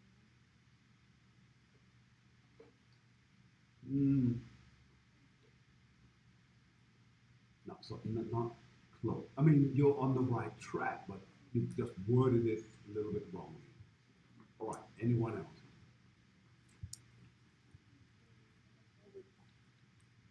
Yes, go ahead. Is it referring to us following the law? Yeah, but you're gonna give it to me in the right sequence. Huh? All right. Casey. I was gonna also say that we'll come back to the law.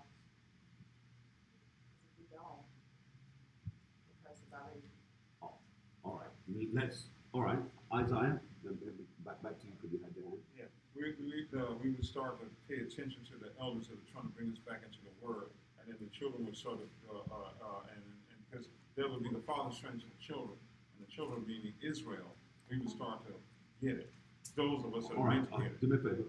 Say it again. Limit the syllables. Okay. The children of Israel will start to hear the Word. Those of us that have selected the 1/3. And the 2/3 will just keep on their way. Well, just the 1/3 will start to get it. Stop. That's what I'm trying to teach you now. Just give me the syllables. Don't bring out the history into it. That's why you make it a little bit complicated. Just give it to me straight. I don't know Bible. I'm ignorant. Treat me like I'm a neophyte. Go on. The children of Israel will start. The children of Israel will start to hear the Word and start to obey it. Go on. All right. And And that's the children hearing the fathers, the book and the fathers. Calm. Read it again now. Come, the book of Malachi, chapter 4 and verse 6. And he shall turn the heart He shall turn the mind, go on, of the fathers to the children, the children, and the heart of the children to their fathers. because the fathers are the ones who are going to remind the children of who they are, and the minds of the children will turn to the fathers to accept what the fathers are telling them. Yes, we are.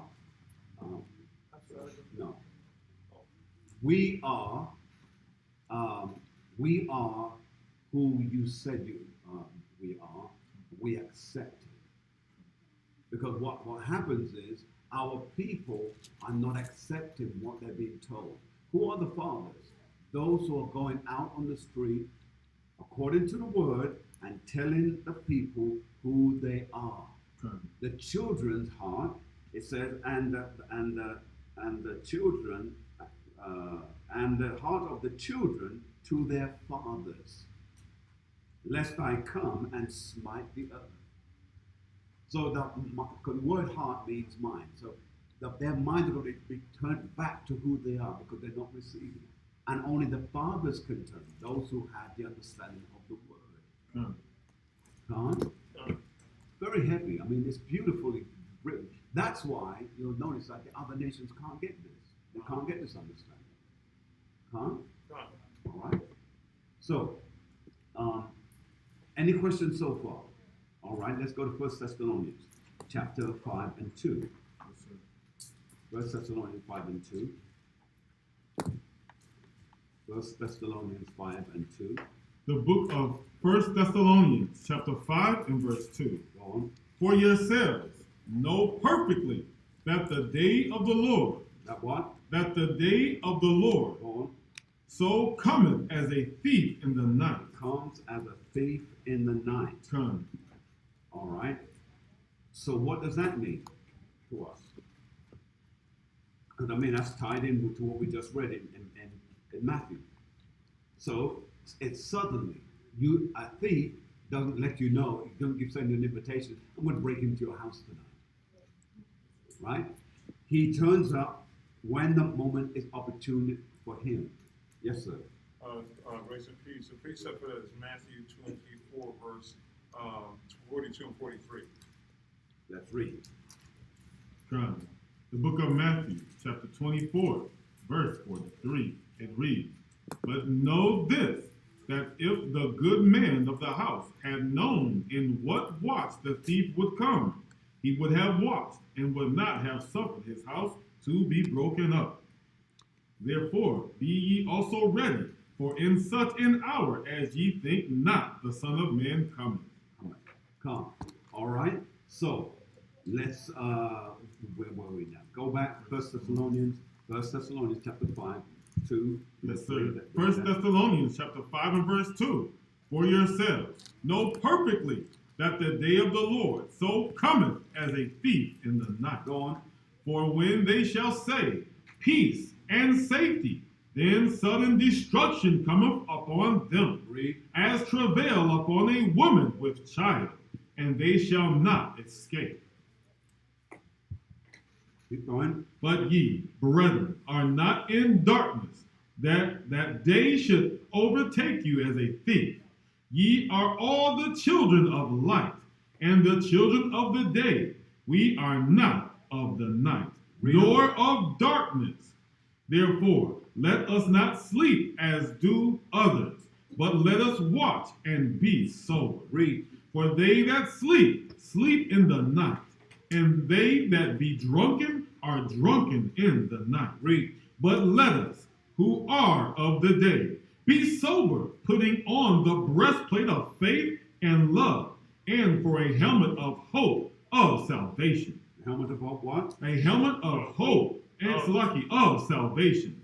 Go on. For God have not appointed us to wrath. Hold it. Read it again. For God have not appointed us to wrath, Read. but to obtain salvation by our Lord Jesus Christ. Romans 9 and 22. Quickly. The book of Romans, chapter 9 and verse 22. It reads, what if God, willing to show his wrath and to make his power known, endured with much long suffering? And did what? Endured with much long suffering. Go on. The vessels of wrath. The vessels of who? The vessels of wrath. Go on. Fitted to destruction. So who were the vessels of wrath? We just read it, did we not? Come. All right.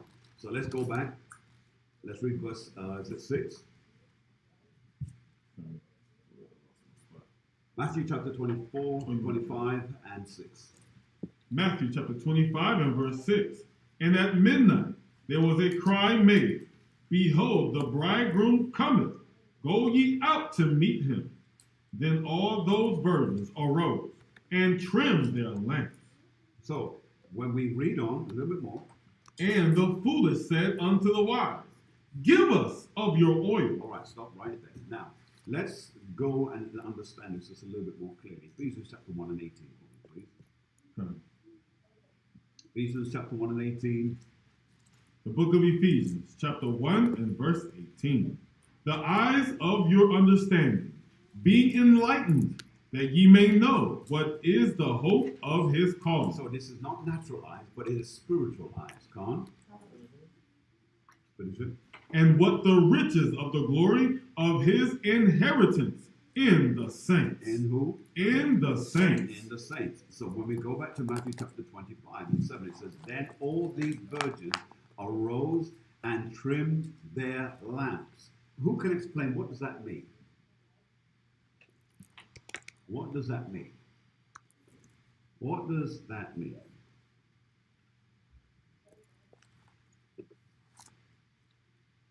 What does that mean? Yes. Do what? Turn them up.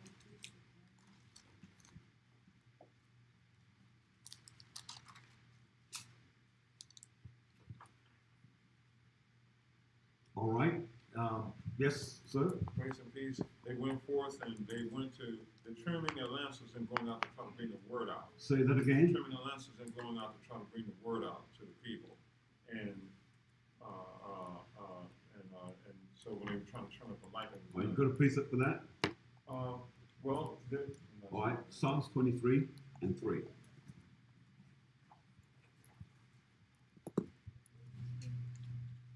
The book of Psalms, chapter 23 and verse 3. It reads, He restoreth my soul. He did what? He restoreth my soul. He restored my soul. Go on. He leadeth me in the paths of righteousness. He did what? He leadeth me in the paths of righteousness Go on. for his name's sake. For his name's sake. Is that right? Kind. All right. Go on. Yea, though I walk through the valley of No, the... that's what I want to. What are you going to say now? and there was one I had, but I didn't think it fit. It was Proverbs 20:27, I think.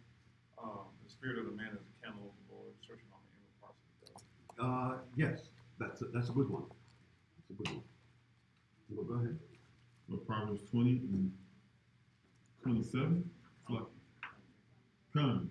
The book of Proverbs, chapter 20 and verse 27. The spirit of man is the candle of the Most High, searching all the inward parts of the belly. Go on. All right. John chapter 11 and 25. Can we take a pause for a second so I can write that down? Yeah, go ahead. That's a good one. Okay, so hold on. That was Proverbs chapter 20, verse 27. John 11, 25.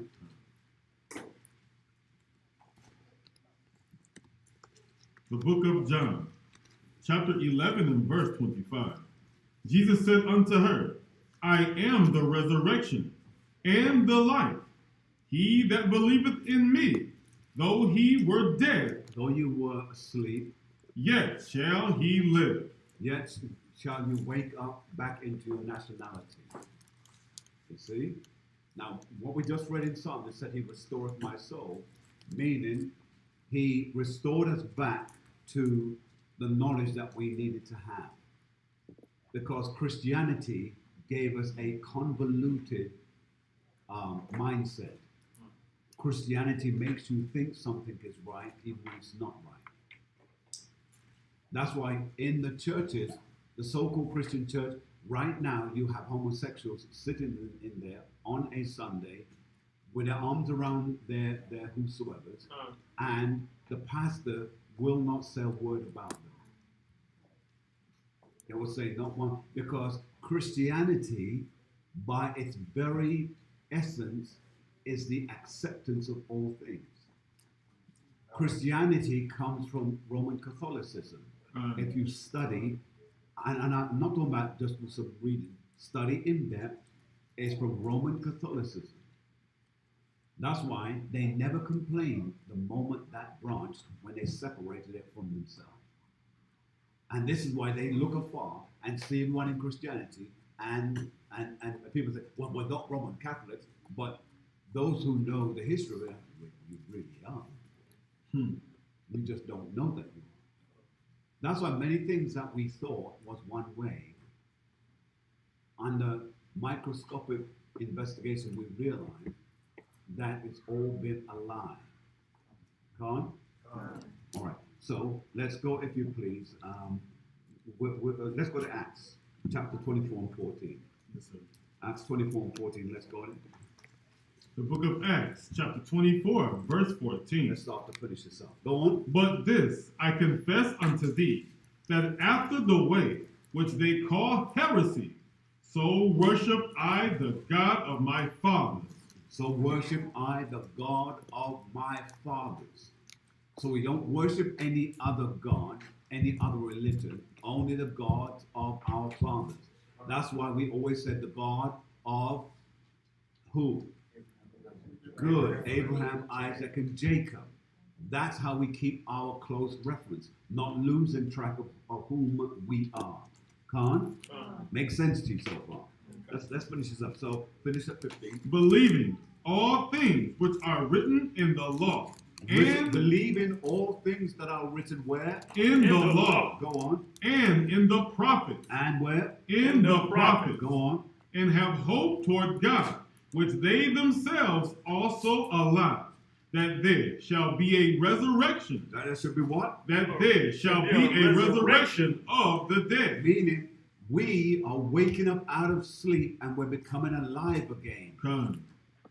That's why in Ezekiel chapter 37, it speaks about rising up and becoming an army of men. Come. Con? Both of the just and unjust. Just and the unjust. Right? Look, the wise and the foolish. All right. So go, if you please, to Romans chapter 10 and 15. No, 10 and 1. Come. The book of Romans, chapter 10 and verse 1. It reads, Brethren, my heart's desire and prayer to God for Israel is that they might be saved. Notice, he's not speaking about anyone else, though. Oh, but it's for all of us. Read it again, sir. Romans chapter 10 and verse 1. Brethren, my heart's desire and prayer to God for Israel is that they might be saved. Go on. For I bear them record that they have a zeal of God, but not according to knowledge. Go on. For they, being ignorant of God's righteousness, and going about to establish their own righteousness, Go on. have not submitted themselves unto the righteousness of God. Read. For Christ is the end of the law for righteousness to everyone that believes. Now, so this is what they use to say that the law has been extinguished. Come. So what is it saying, brothers and sisters? Because you need to get that. Otherwise, we can't even step any further because we're dealing with the five wise and five foolish. So what does that mean? Go ahead, sir. That Christ is the end of the law for righteousness, the end of the sacrificial law, or a particular law in that. No, sacrificial law. You'll have your hand right on it. That's the end of the sacrificial law. Come. That's what that means. Continue. Verse 5. Verse 5. For Moses describeth the righteousness which is of the law, that the man which doeth those things shall live by them. Shall live by them. Huh? All right. I need to go here.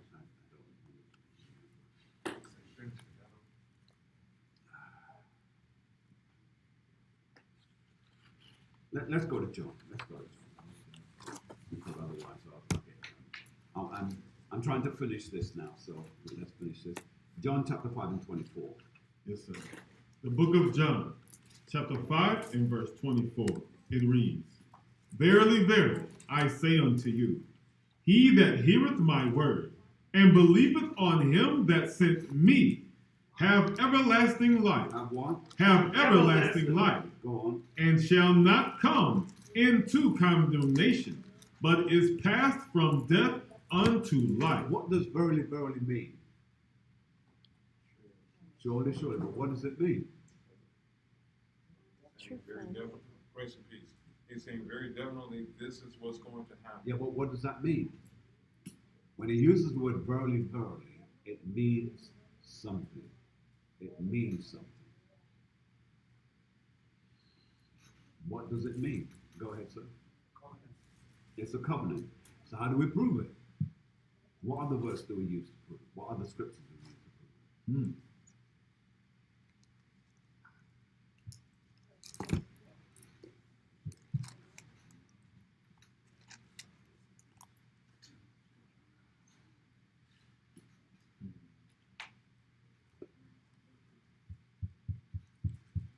Anyone?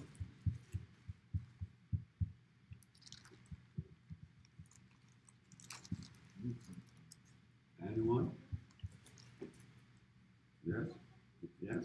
No? Yes? No? No? No?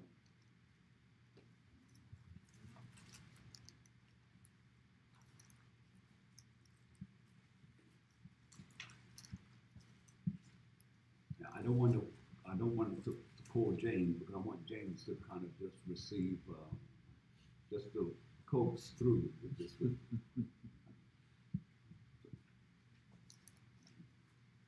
You're just the sidebar this week, James. We'll let you sidebar for a little while, so don't worry about that. So who can tell me, how can you prove it? Anyone?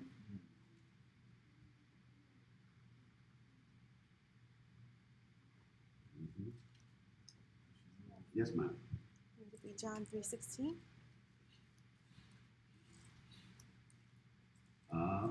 Well, let's read it. Let's see what it says. I know what it says, but let's just read it. The book of John, chapter 3 and verse 16, it reads, For God so loved the world, that he gave his only begotten Son, that whosoever believeth in him should not perish, but have everlasting life.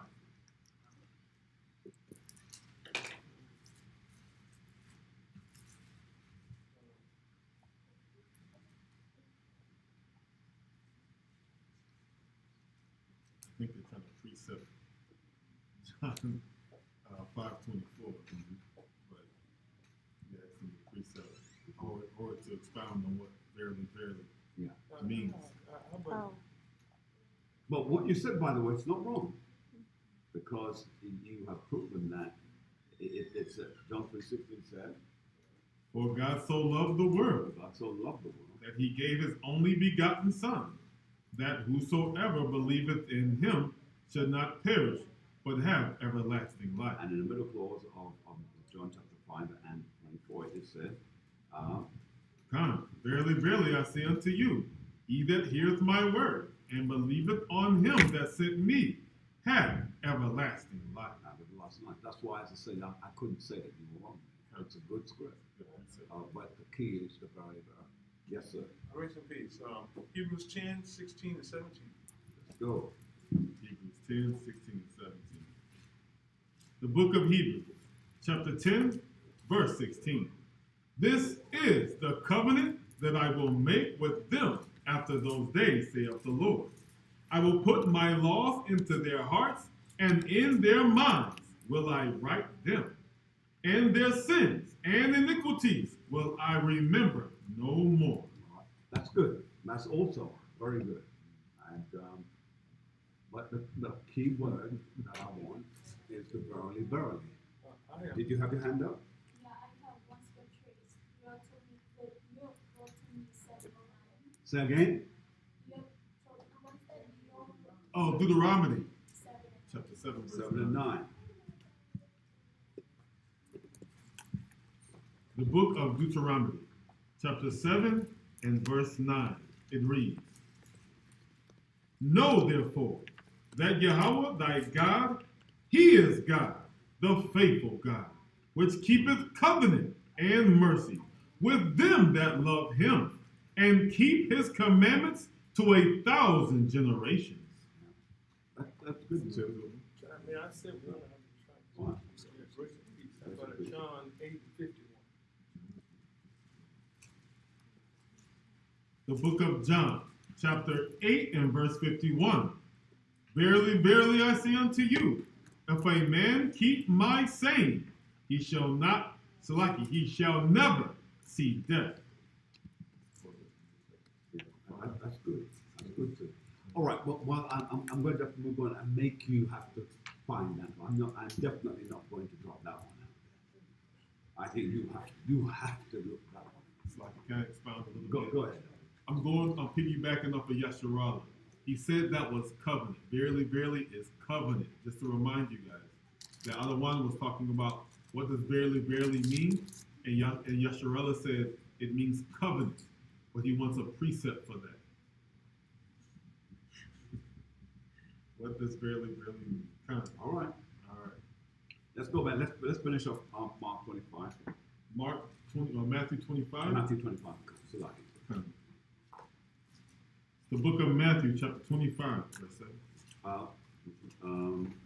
8. The book of Matthew, chapter 25, and verse 8. And the foolish said unto the wise, Give us of your oil, for our lamps are gone out. So, what is that saying now? Because of time, I won't precept this, so I'll accept what you tell me. So, what is that saying now? Mhm.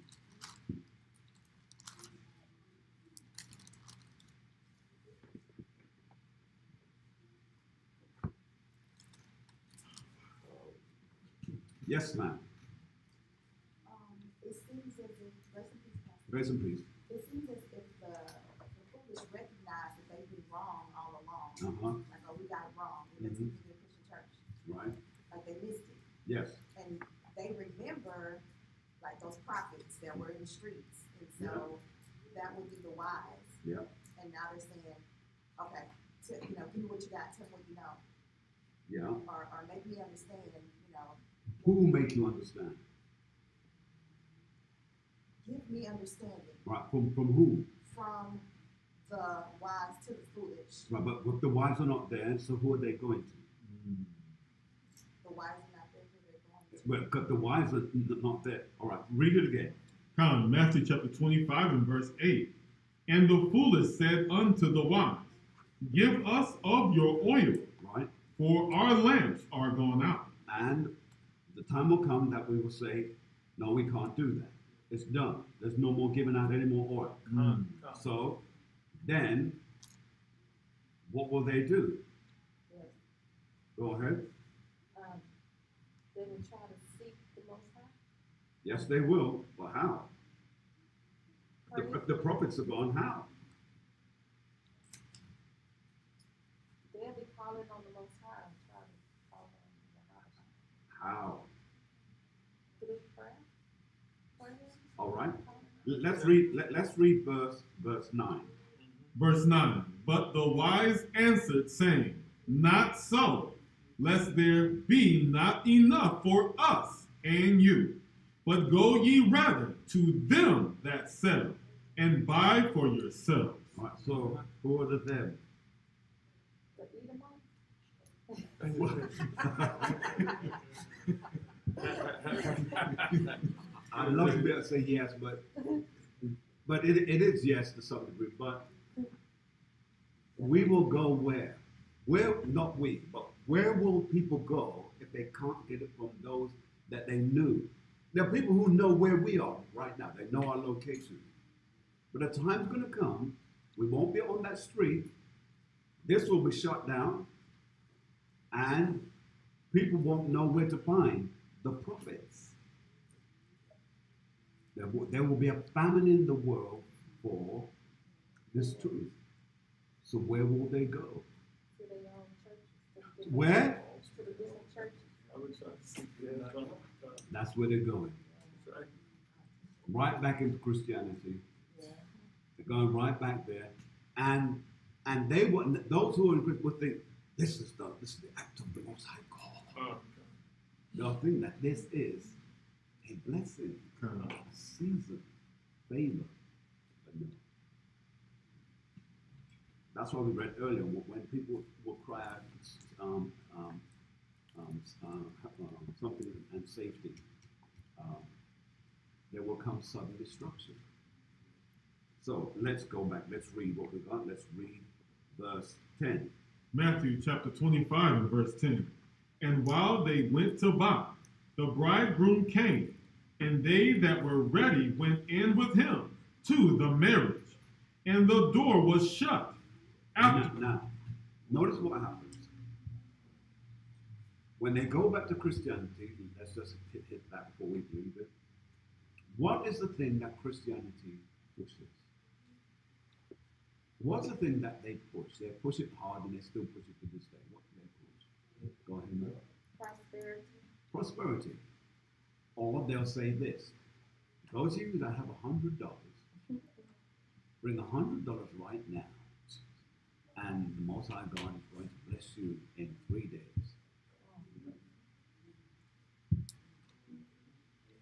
That is the selling or the pushing of the oil in an unjustifiable way. Wow. They're trying to sell the oil. it's funny how when your eyes are open to this, you begin to see things completely different. It sounds that order.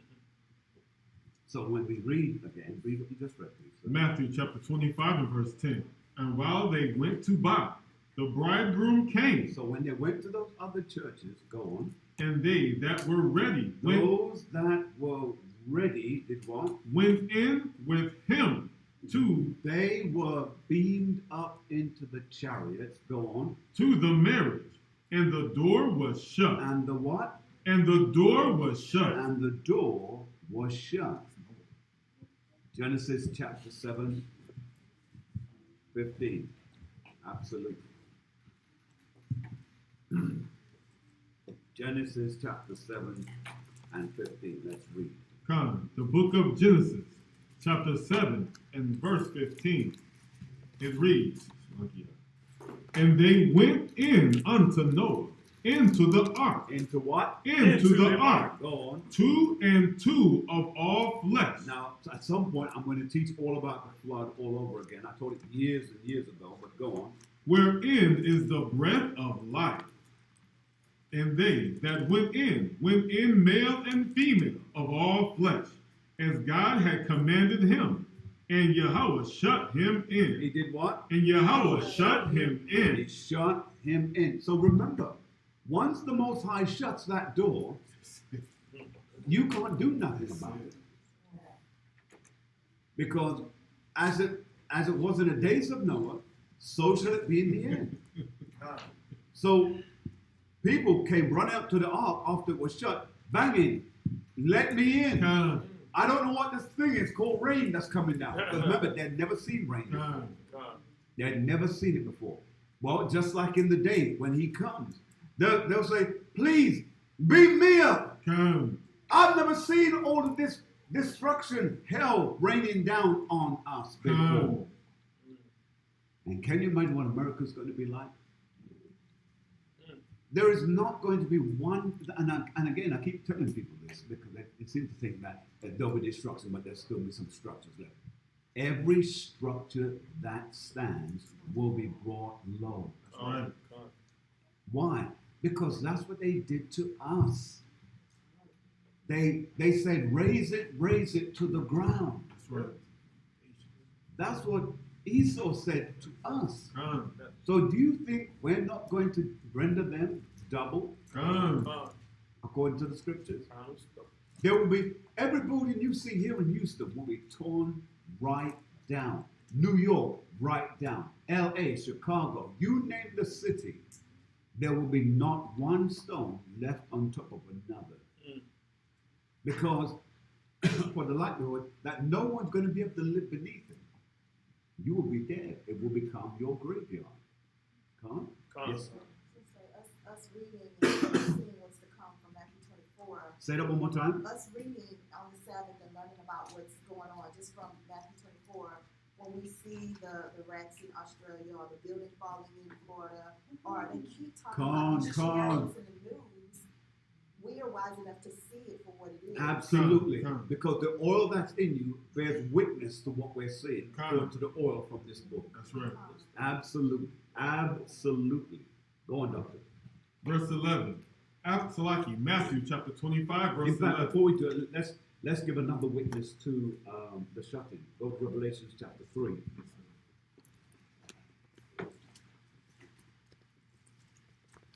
Begin at 7. Come. The book of Revelation, chapter 3 and verse 7. And to the angel of the church in Philadelphia write, these things saith he that is holy, he that is true, he that hath the key of David. Go on. He that openeth, and no man shutteth, Read. and shutteth, and no man openeth. Go on. I know thy works. Behold, I have set before thee an open door, and no man can shut it. For thou hast a little strength, and hast kept my word, and hast not denied my name. Go Be- on. Is it, what verse is it? That was, I'm about to go on verse 9. No, it's not. So you see then, it's letting you know clearly that when he closes the door, that's it. The door is closed. There's no getting away there. It's over. Go on. Come. Let's read on, sir. Matthew chapter 25 and verse 11. Afterward came also the other virgins, saying, Lord, Lord, open to us. But he answered and All said, right, before you go there, let's go to John chapter 9, verse 31. The book of John, chapter 9 and verse 31. Now we know that God heareth not sinners. He does what? Now we know that God heareth not sinners. They're going to be classified as sinners at that point. Come. Those who come afterwards. Because remember, they would have left the churches thinking, well, we've got some oil now. So they who once knew the truth, they're now going to go and try to now, here I am, save me. Come. But too late. Because they will be destroyed along with everyone else. So read it again, sir. John chapter 9 verse 31. Now we know that God heareth not sinners. He heareth not sinners, go on. But if any man be a worshiper of God and doeth his will, Go on. him he heareth. Him he hears. Go. So like, yeah. Who remembers the movie Knowing Say that again. with Nicolas Cage? Yes. Remember the movie Knowing with Nicolas Cage? This is a prime precept right here. His son, even though they're Edomites, his son heard the word. The father didn't hear the word. So the angel saved the son, and the father knew that he couldn't hear the word, he couldn't come with him. And he was being up into the chariot with the angels. And Nicolas Cage, being the father, was left, and he drove back to his father's house where they all were destroyed with hellfire. Perfect precept. Yeah. Except for the fact that it was Edom. it was Esau. And Amalek. Come. Yeah. All right. So let's go to Mark chapter 13. The book, chapter Mark. Mark 13 and 32. Come. Book of Mark, chapter 13 and verse 32. 13:32. Come. It reads, But of that day and that hour knoweth no man. So no man knows the day, no man knows the hour. Go on. Not the angels. Not who? Not the angels. Go on. Which are in heaven. Which are in heaven. Go on. Neither the Son but the Father. Take ye heed, watch and pray, for ye know not when the time is. All right, we'll stop there. Let's go back. Let's just read through the last two verses, 12 and 13, then we conclude. Yes, sir. Matthew chapter 25 and verse 12. But he answered and said, Verily I say unto you, I know you not. Watch therefore, for ye know neither the day nor the hour wherein the Son of Man cometh. Come. All right, so that's the 10 virgins. Any questions from anyone, both here or online? Any questions, please?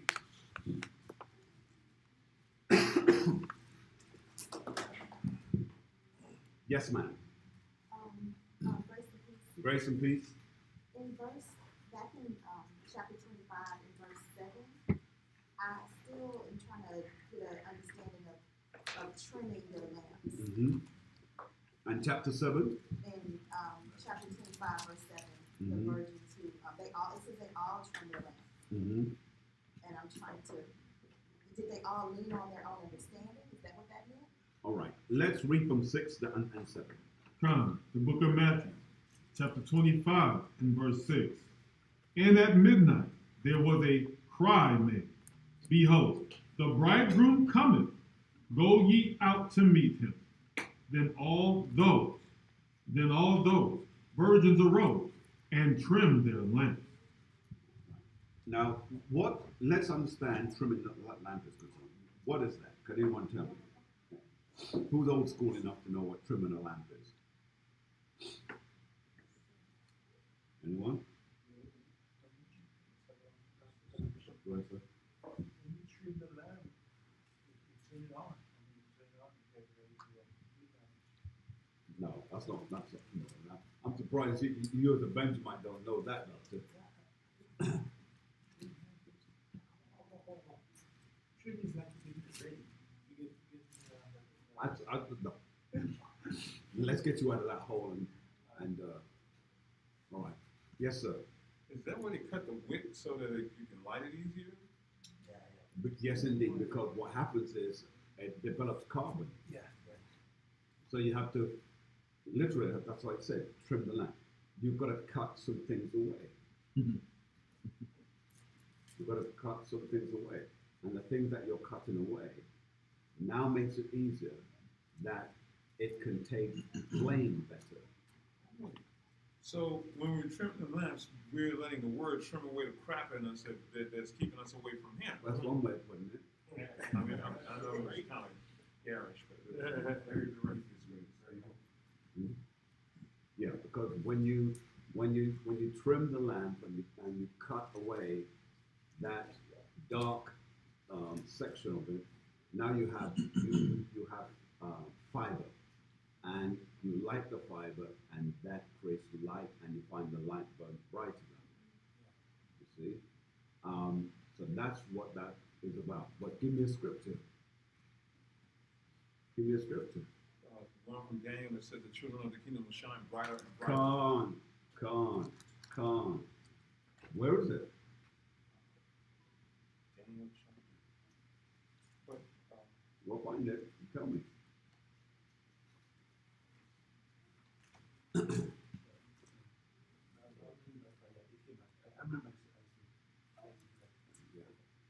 Yeah, you become Americanized, Doctor. That's called falling under the philosophies of America. Well, it's no different from someone who was country. You know, someone who was from country, they understood trimming lamps and so on. But when you become Americanized and mechanized by the system, you put away that memory. All right, go ahead. That sounds like it. That sounds like it. Daniel chapter 1 and 20.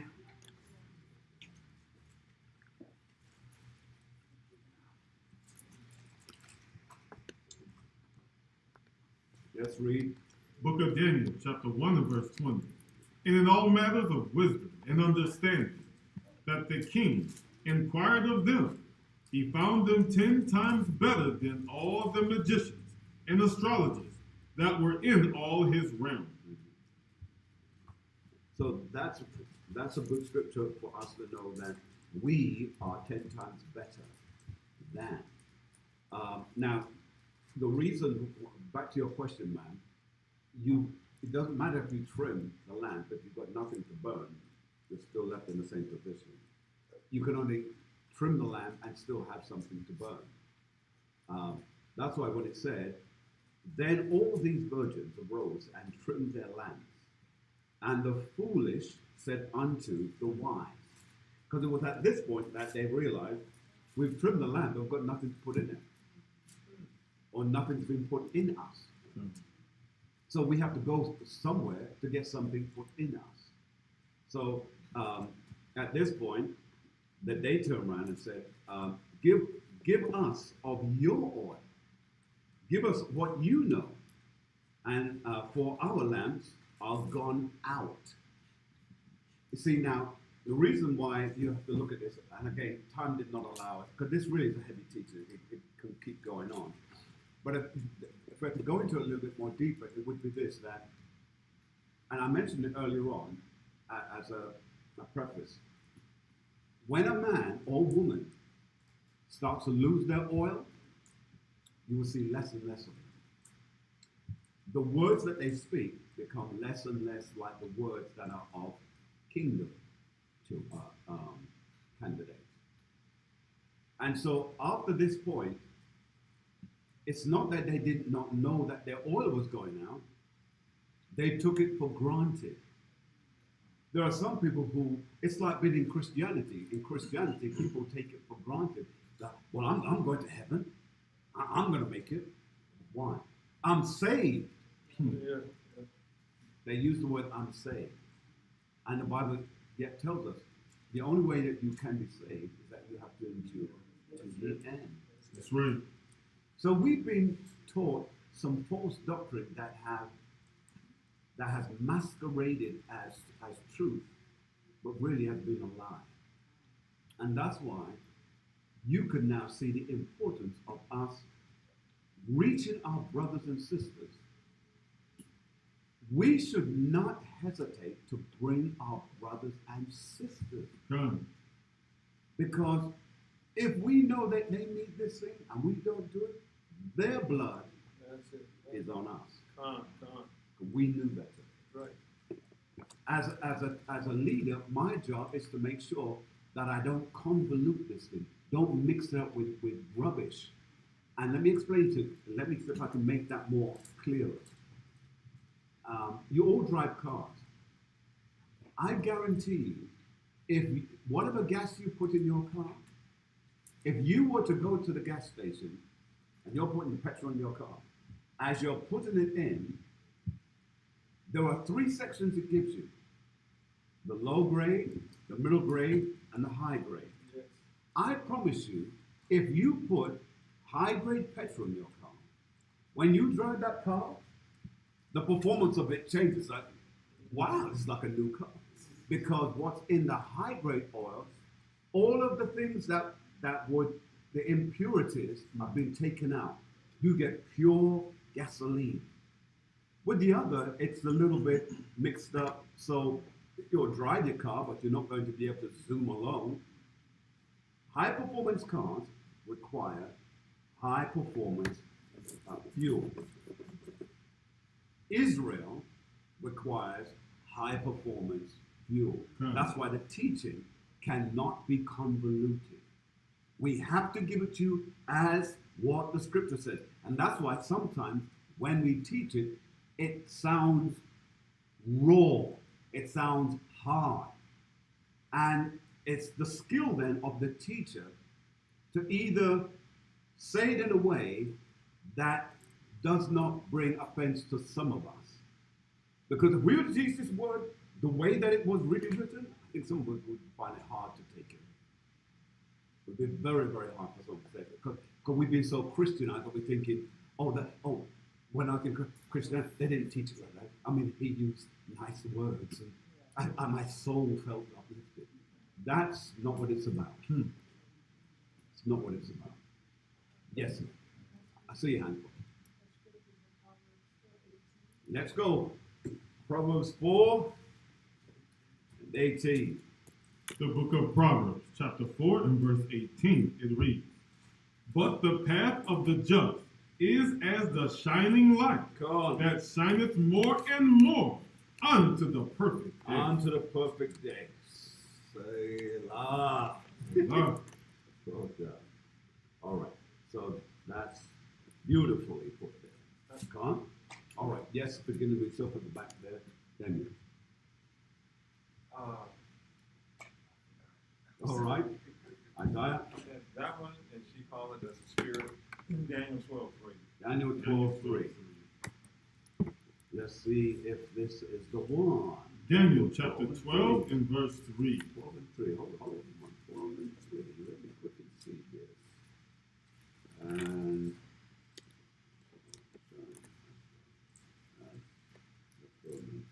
yes, has to be back there. Yeah. Good.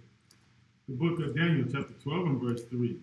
"And they that be wise shall shine as the brightness of the firmament." Absolutely. Beautiful. Go on. And they, from the top.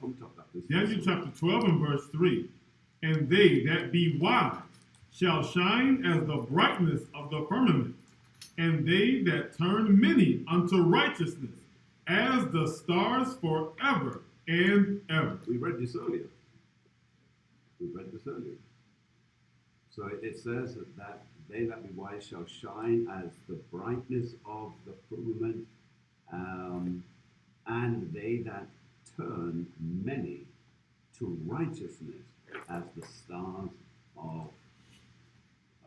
forever and ever. So it's right there. It's telling you that if you turn our brothers and our sisters to this truth, it says what? What did Paul say? And they that turn many to righteousness, as the stars, forever and ever. Ever and ever. So it's important then that we must be our brother's keeper. You must be bringing your sisters. You must be bringing your brothers. You have to be a true disciple. Come on? Come. Yes, sir. Just one more, Matthew 13:43. Matthew 13:43. Let's read. The book of Matthew, chapter 13, verse 43. It reads, Then shall the righteous shine forth as the sun in the kingdom of their Father. Who have ears to hear, let them hear. Let them hear. Come. All right. No other questions from anyone online? All right. So since we have no questions from anyone online, we hope that this teaching has been a blessing to you. We hope that it continues to uplift you, to gird you up, and to put you in a position to hearken, to listen to what the Most High is telling you in these late hours of His coming. We're in the late hours. We're in the final moments of time. I'd like to encourage all of you to continue to subscribe, to like, and to share this teaching. Share it with your friends, your neighbors. And when I say neighbors, I'm speaking about those who are of Israel. Come. And again, for those of you that do watch us, if you happen to be living in the Houston area, I know some of you have been listening to us for years, but make it a moment. Come down and celebrate with us. Come down and celebrate with us. We look forward to having you, and certainly we will break bread together. Come. On behalf of myself and Captain, if you would mind taking it away. Come. I want to give all honor and glories to Yahweh, Ba'ashem Mashiach Yahushai. Also give a double honors to Other One that's bringing out this truth to the four corners, that all Israel may be saved, thus saith the Most High. Also want to give a shout out to those brothers who are afar, who are of our camp, of Officer Rabba in Dallas, Texas. Also Brother Salaki Rashan in Arizona, Phoenix, Arizona. So Brother Azariah in London, UK, and Brother Dominic in London, Sherfield. And to all the Aquaf and Akim out there, that they please continue to search out our brethren and our sisters to find out what you must do in order to be under the Most High and keep His laws, statutes, and commandments, right? To show love, like we said earlier today, that we must show love to our brothers, right? These are the foundational teachings that we bring out, so we understand what we must do in order to show love and support to our brethren and show honors and glory to Yahweh Hashem Yahushua. Not forgetting also our brothers over in Africa, in Kenya, as well as in Come. Nairobi. Please continue. Come. So we again, please like, share, and subscribe on our YouTube page, also on our Instagram, also on our Facebook. Come. And also please continue to give alms, those who are giving. I give you a hearty shalom, and also barakatah Yahweh for doing so. And for those who are still getting themselves girded up, please know that you're doing it for this truth, so that all Israel can be saved, according to Paul. So before we leave, you always say Yahweh, Ba'ashem Mashiach Yahushua. Say love. All praise. All right. So